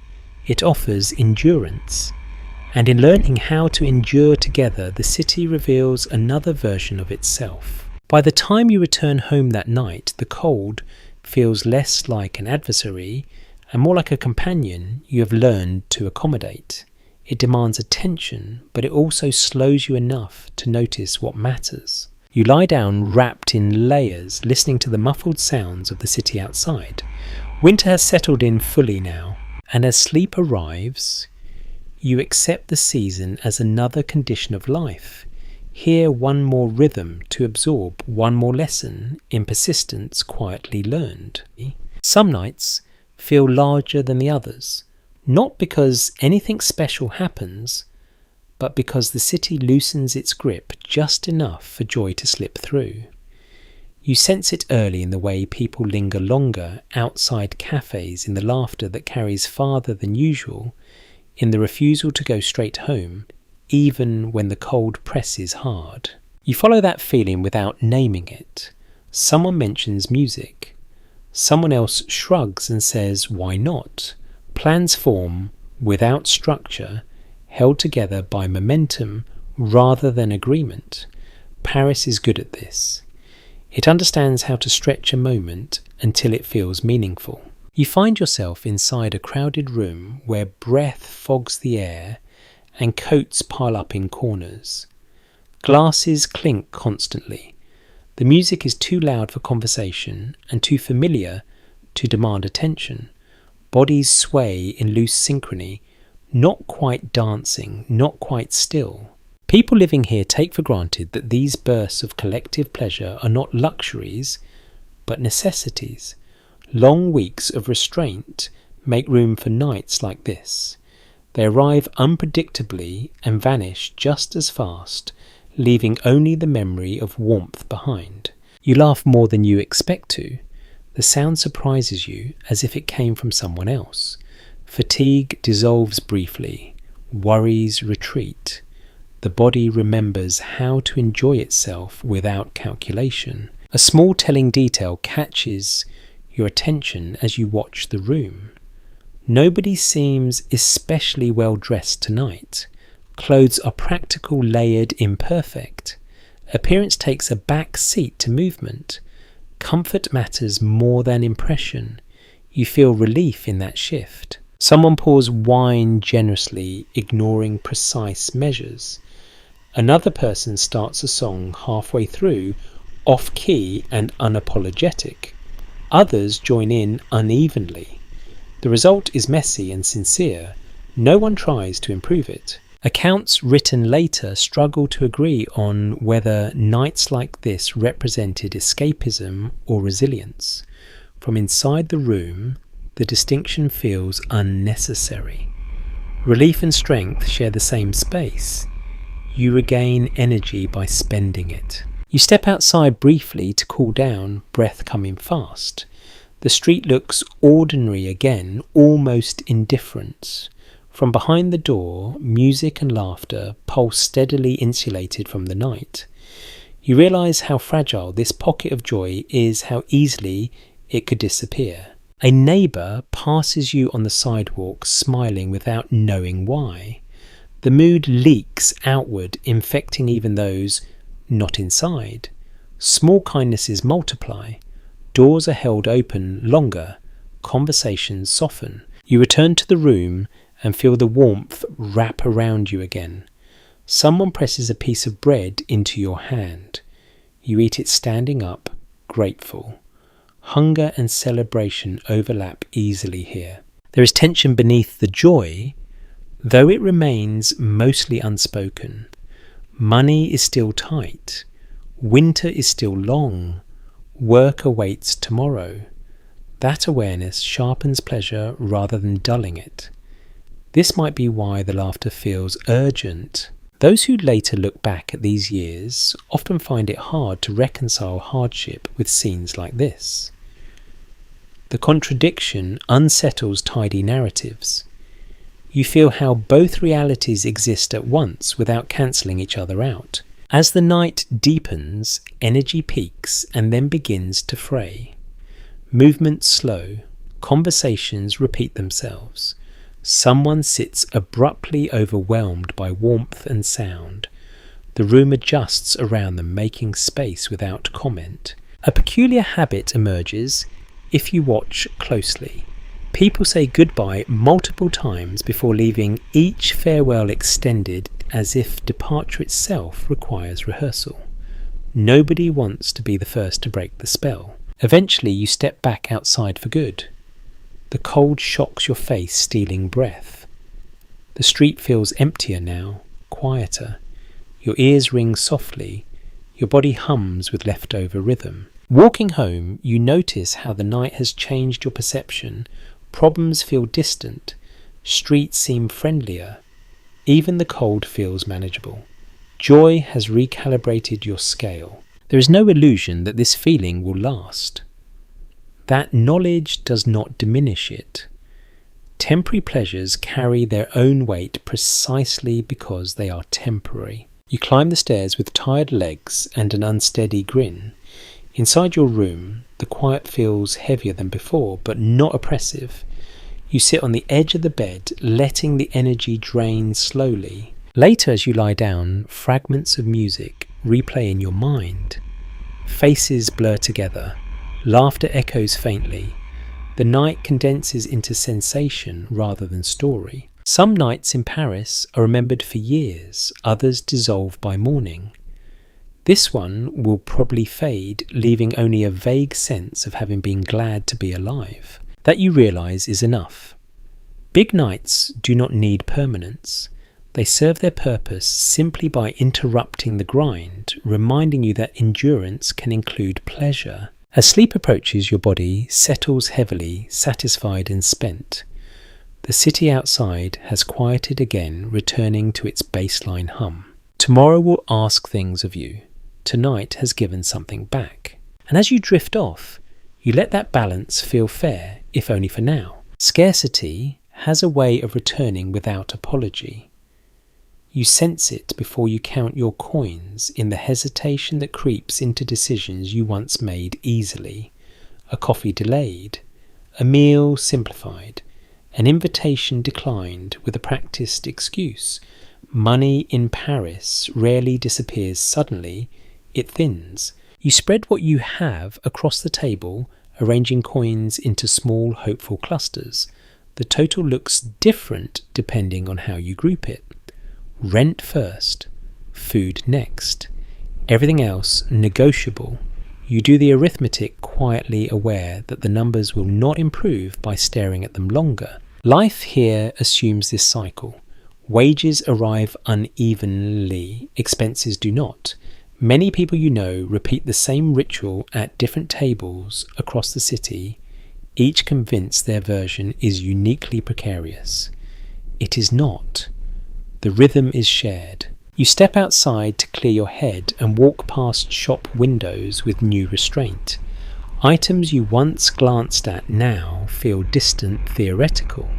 Desire adjusts itself quickly when resources demand it. A small, unglamorous trick reveals itself as you pay attention.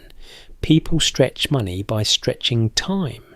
Bills are paid late but politely. Meals are delayed without complaint.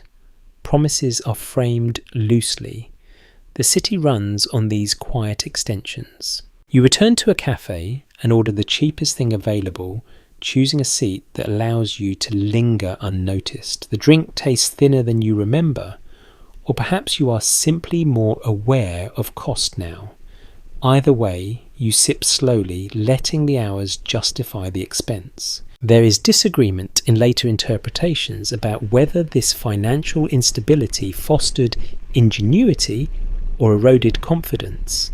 Sitting here, you feel how it does both.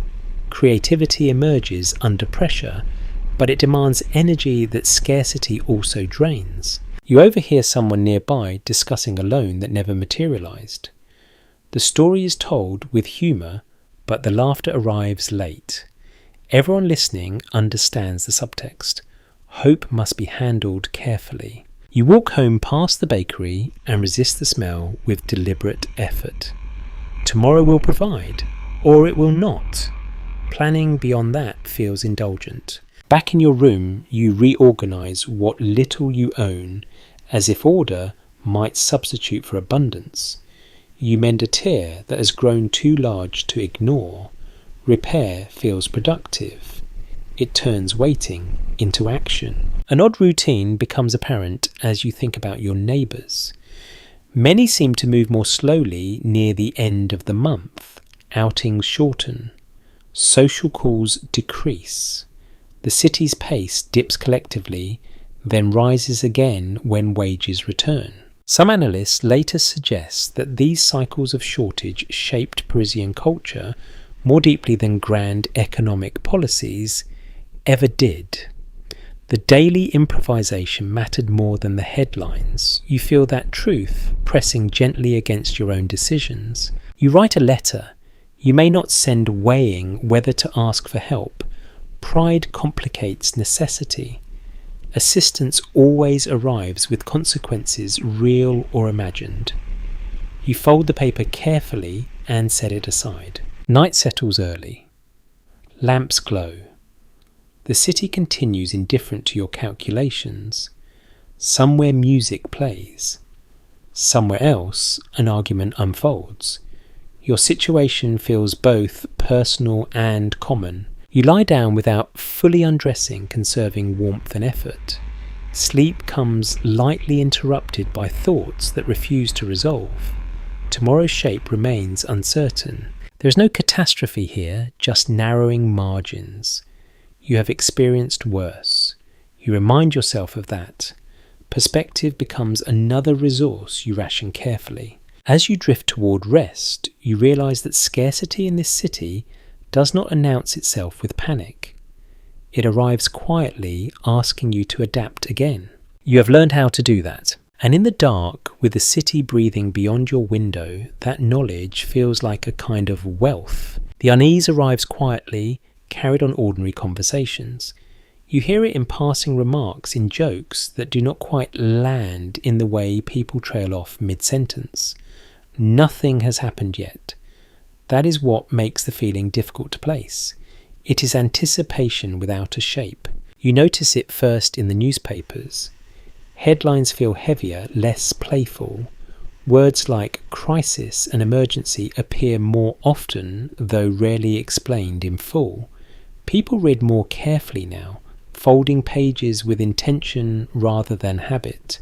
Papers linger longer on tables as if waiting to be consulted again. Living in Paris during this stretch of the decade means absorbing rumours as part of daily life. Borders feel closer. Decisions made elsewhere ripple inward. Even those who claim not to care about politics lower their voices when certain topics surface. The city listens more than it speaks. You sit in a cafe where conversation drifts toward economics, then stalls. Someone mentions Germany, then changes the subject. Another brings up Spain, then shrugs. Names hover without explanation. No one wants to be the first to sound alarmist. A small behavioural shift becomes noticeable if you pay attention.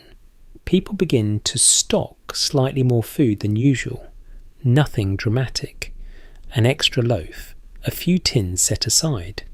Preparation disguises itself as prudence. You walk past a shop window displaying radios prominently. People pause longer than before, drawn by the promise of information. Sound becomes reassurance. Silence feels risky. Those who later examine this moment struggle to agree on how aware Parisians truly were of what was coming. Some accounts suggest denial. Others point to quiet readiness. From inside the moment the distinction feels blurred. Awareness does not always produce clarity. You hear friends speak about travel with hesitation, trips postponed, plans softened, commitments framed as tentative. The future is no longer assumed to be continuous with the present. That assumption has thinned. In the evenings, music feels different, still present, still enjoyed, but edged with intensity. Laughter comes faster and fades quicker. Nights feel valuable in a new way, as if they might be numbered. A detail that slips past grand narratives emerges in how people treat time. Appointments are kept more carefully. Delays irritate more than they used to.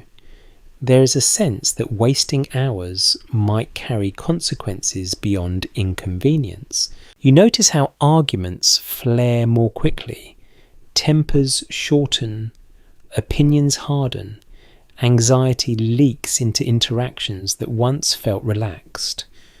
The city's rhythm tightens. Some observers later describe this period as one of suspended awareness, where danger felt abstract until it was not. Others argue that signs were everywhere for those willing to see them. Walking these streets, you feel how information accumulates without resolution. You overhear a man say that things always feel like this before they improve. Someone else replies that improvement is not guaranteed. The exchange ends without conclusion. You pass a group gathered around a street speaker, listening intently. The man's words carry urgency, though specifics remain vague. The crowd disperses slowly, thoughtful rather than energized. Back in your room, you lay out your belongings again. Not to count them, but to reassure yourself they are still there. Stability becomes tactile. Knowing where things are matters more than owning more of them. You write another letter. You may not send this one shorter, more cautious. Words feel heavier now. Promises are chosen carefully. At night, sleep comes unevenly. Dreams fracture. You wake with a sense of unfinished business, though nothing concrete demands attention. The city outside seems to share this restlessness, quieter but more alert.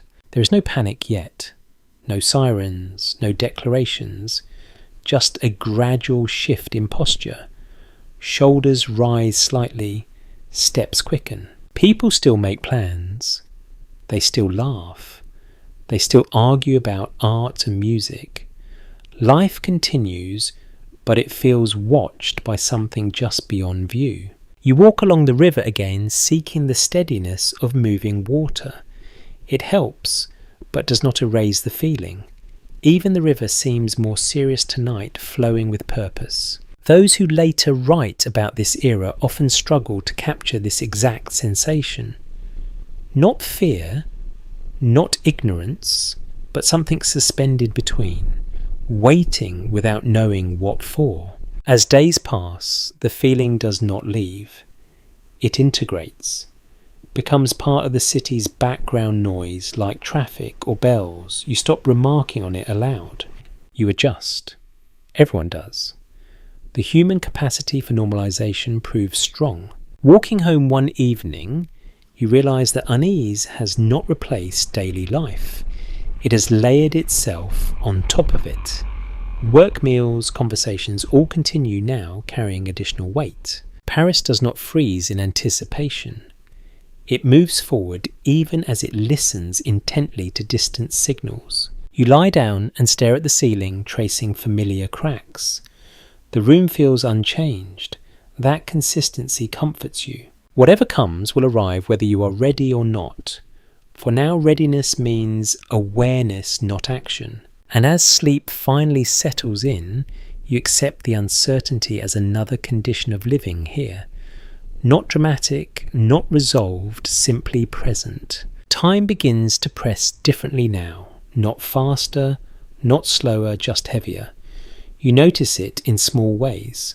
The way routines harden into something less flexible. The way faces you once studied with curiosity now feel familiar enough to pass without looking twice. Paris has started to feel less like a place you are discovering and more like a place you are inhabiting. You wake with fewer questions than before. Mornings no longer feel experimental. You know which streets to take without thinking. You know where the floor creaks and where it does not. This knowledge settles into your body quietly, like a habit you did not realize you were forming. Growing older here does not announce itself through age exactly, but through repetition. The city trains you through exposure. Noise bothers you less.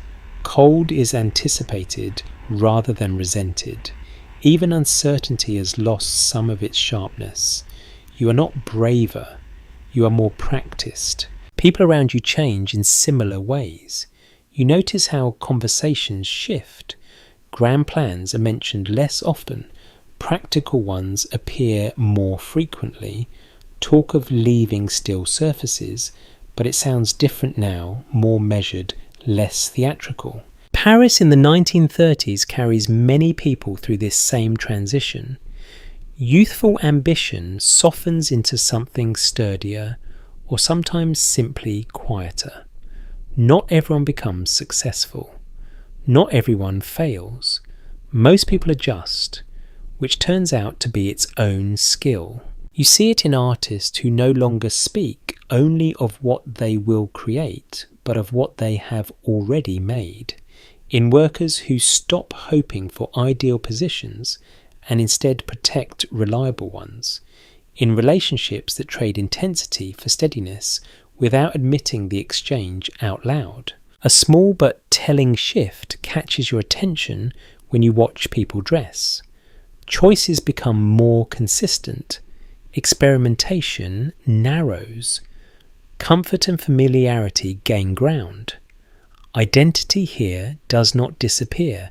It consolidates. You find yourself preferring certain cafés over others without knowing exactly why. The chairs fit your posture. The light is kinder. The waiter knows when to leave you alone. These details matter more now than novelty. There is no shared agreement among those who later reflect on this era about whether Paris encouraged maturity or simply demanded it. From inside the experience, the distinction feels irrelevant. The city rewards those who learn its rhythms and tires those who resist them. You think back to your first weeks here, the alertness, the sense of constant assessment. That vigilance has eased. You still pay attention, but it no longer feels exhausting. You have internalized the patterns. An understated habit emerges if you observe older residents carefully. They move with economy. Gestures are smaller. Words are chosen more selectively. Energy is spent where it returns something useful. You recognize this in yourself now. You sit at the river again, but differently than before. You do not need it as refuge tonight. It has become scenery rather than medicine. The water still moves steadily, but it no longer feels like instruction. You already know what it would tell you. Some evenings pass without remark. No music. No arguments. No memorable conversations. At first, this might have felt like failure.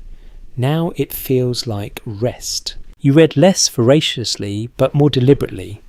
A few pages hold your attention longer. You reread passages rather than chasing new ones.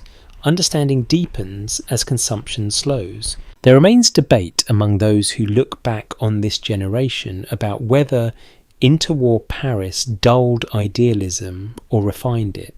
Watching how people hold on to small pleasures while letting go of larger illusions, you suspect refinement is the better word. You think about how easily you navigate scarcity now, how little it startles you. This realization lands quietly. Adaptation has happened without ceremony. A detail that rarely receives emphasis appears in how people speak about time. Fewer references to someday, more references to next week, next month. Horizons shorten without shrinking.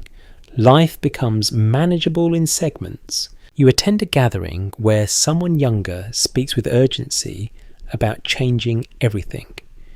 You listen with affection rather than envy. You recognize the energy. You do not feel compelled to correct it. Walking home, you realize the city has stopped testing you, or perhaps you have stopped noticing the tests. Either way, movement feels smoother. Your room no longer feels temporary, not permanent either, just sufficient. You know where things belong. You know how much noise to expect at night. Familiarity replaces vigilance. Sleep comes more easily now. Dreams are less fragmented. You wake with fewer unfinished thoughts pressing forward. The city has taught you how to settle without surrendering. Paris has not made you wiser in any grand sense. It has made you steadier. That difference matters. As you lie in bed, listening to distant footsteps and muffled voices, you feel the quiet confidence of someone who has learned how to remain. Not forever, just for now. And in a city defined by movement and arrival, that ability feels like a quiet achievement you do not need to announce. The idea of leaving begins to surface gently, not as urgency, but as curiosity. You hear it in your own thoughts before you speak it aloud. Not a plan, not yet. Just a question that returns at odd moments, usually when the city feels especially familiar. You notice how often people around you mention departure casually, not as confession, more like weather. Someone is thinking of going south. Someone else talks about returning home for a while. Another mentions a job offer that may or may not exist. These statements float without weight, allowed to drift without consequence. Paris makes space for this kind of thinking. It has always been a city of arrivals and exits. People come to be changed and leave when the change feels complete or exhausting or simply necessary. Staying forever is never assumed. You walk through neighbourhoods you once explored carefully, now moving through them with ease. Corners that used to demand attention now pass unnoticed. Familiarity breeds comfort, but it also softens curiosity. You wonder if that matters. There is an unspoken understanding among long-term residents that attachment here must remain flexible. Loving the city does not require permanence. In fact, permanence can dull appreciation. Distance renews affection. You meet someone who has decided to leave after years here. They speak about Paris with affection rather than regret. The city gave them what it could. Now something else calls. There is no drama in the decision, just alignment. A small telling behaviour becomes visible if you watch people in this phase closely. They begin to sort their belongings. Not dramatically, just gradually. Papers organised, books given away, objects reassessed. Possession becomes preparation. You open a drawer at home and consider its contents. Nothing looks essential. Everything looks familiar. You realise how little you would actually take with you. The thought feels liberating rather than alarming. There is no single way historians describe this moment in people's lives. Some see departure as failure. Others see it as completion. Standing here, the distinction feels personal rather than ideological. You imagine what it would feel like to leave Paris behind. The cafés, the river, the noise, the cold, the routines that now hold you upright. The image does not feel tragic. It feels possible. You also imagine staying, letting years stack quietly, becoming one of the faces newcomers read without knowing they are being read. That future feels possible too. You pass a train station and pause longer than usual. Platforms stretch out like choices. Departures listed on boards change constantly, reminding you how movement is normalised here. Nobody stares at the trains with awe.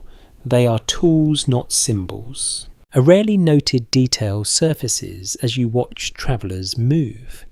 Those leaving look lighter than those arriving, not because they are relieved, but because they carry fewer expectations. Arrival is heavy with hope. Departure is lighter with clarity. You sit on a bench and listen to the echoes.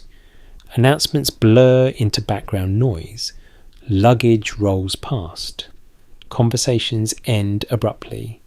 Beginnings and endings overlap without ceremony. You think about the people who have already left your life here, friendships that thinned naturally, relationships that softened into memory. None of them ended badly.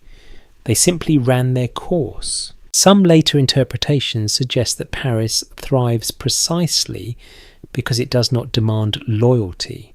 It allows people to pass through without obligation. That generosity keeps it alive. You feel the truth of that as you sit with the idea of leaving without sadness. You walk home slower than usual, noticing details you might miss otherwise. The curve of a stair rail, the sound of a familiar door closing, the way light falls across a certain street at dusk. Attention sharpens when endings feel possible. You do not make a decision. You do not need to. Paris does not rush these things.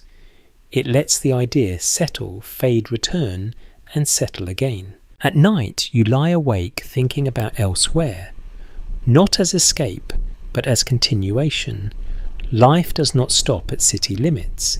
It adapts. You realize that Paris has taught you how to live in transition, how to arrive without clinging, how to stay without demanding permanence, how to leave without resentment. Those lessons feel portable.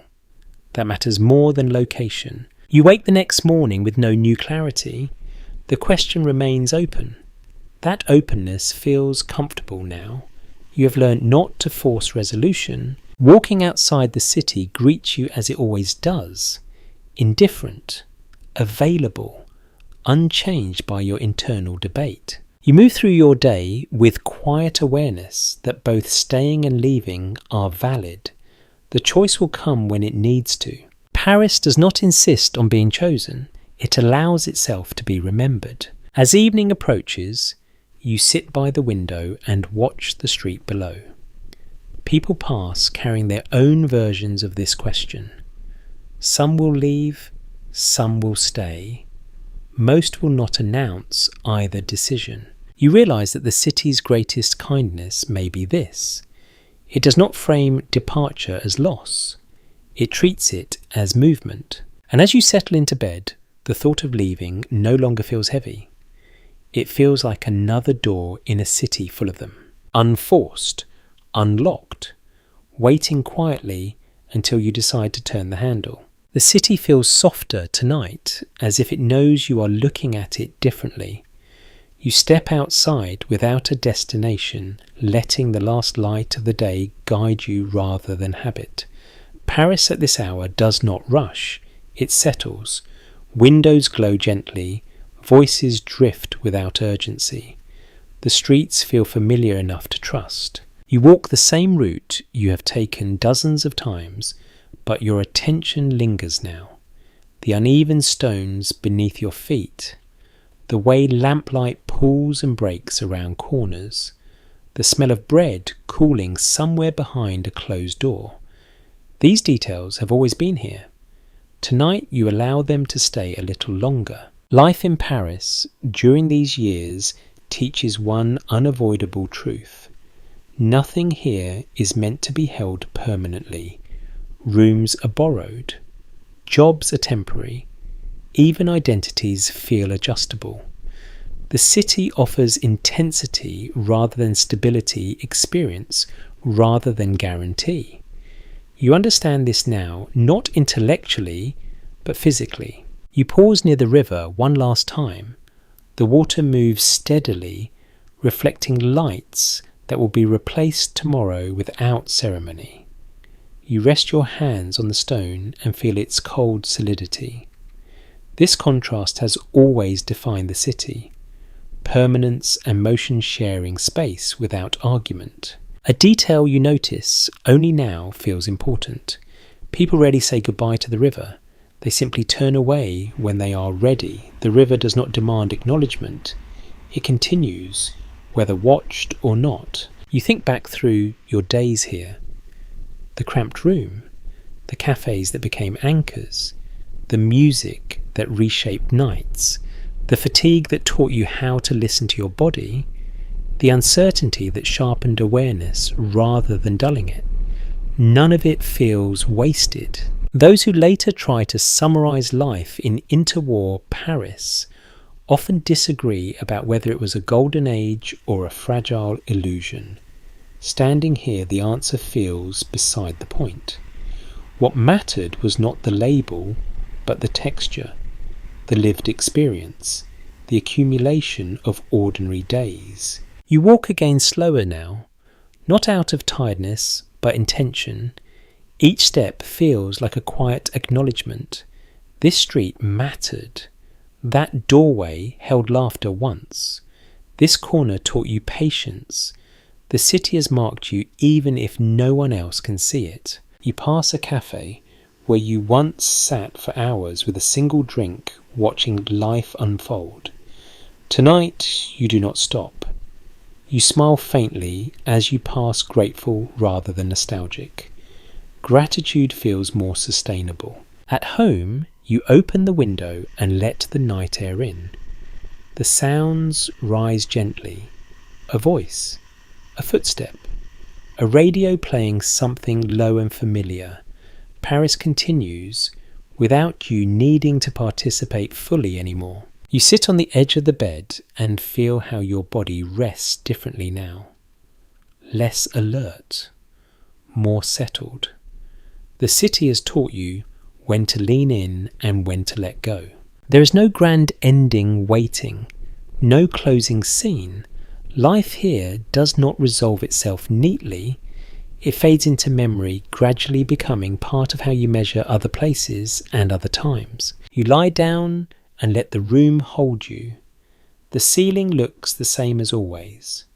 The sounds outside soften. Sleep approaches without resistance. And before you drift fully away, the city offers one last lesson. You do not need to extract meaning from every experience. Sometimes living through it is enough. Paris does not ask to be understood completely. It asks to be inhabited briefly, honestly, and without expectation of permanence. You have done that. Wind down. Now let everything slow. Let the images soften and lose their edges. The streets grow quieter. The lamps dim slightly. Your breath finds a deeper rhythm without instruction. There is nothing left to remember actively. The city can carry its own weight now. Imagine the sounds of Paris fading into a single gentle hum. Footsteps blur into distance. Voices turn into murmurs.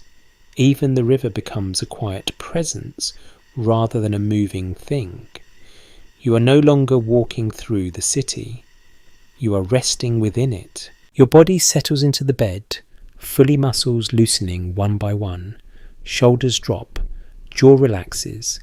The day releases you without argument. There is no schedule waiting, no decision to make. Just this moment, warm and contained. Thoughts drift past without needing attention. If one lingers, let it. If it fades, allow that too. Nothing needs to be resolved tonight. Tomorrow can take care of itself. Paris has given you enough for now, enough memory, enough texture, enough quiet understanding. You do not need to hold on to any of it tightly. It will remain where it belongs. Let your breathing slow. Let the city recede gently into background sensation. You are safe. You are still. You are allowed to rest. And as sleep finally takes over, carry only this feeling with you. That you were here. That it mattered. And that now you can let go. Sweet dreams.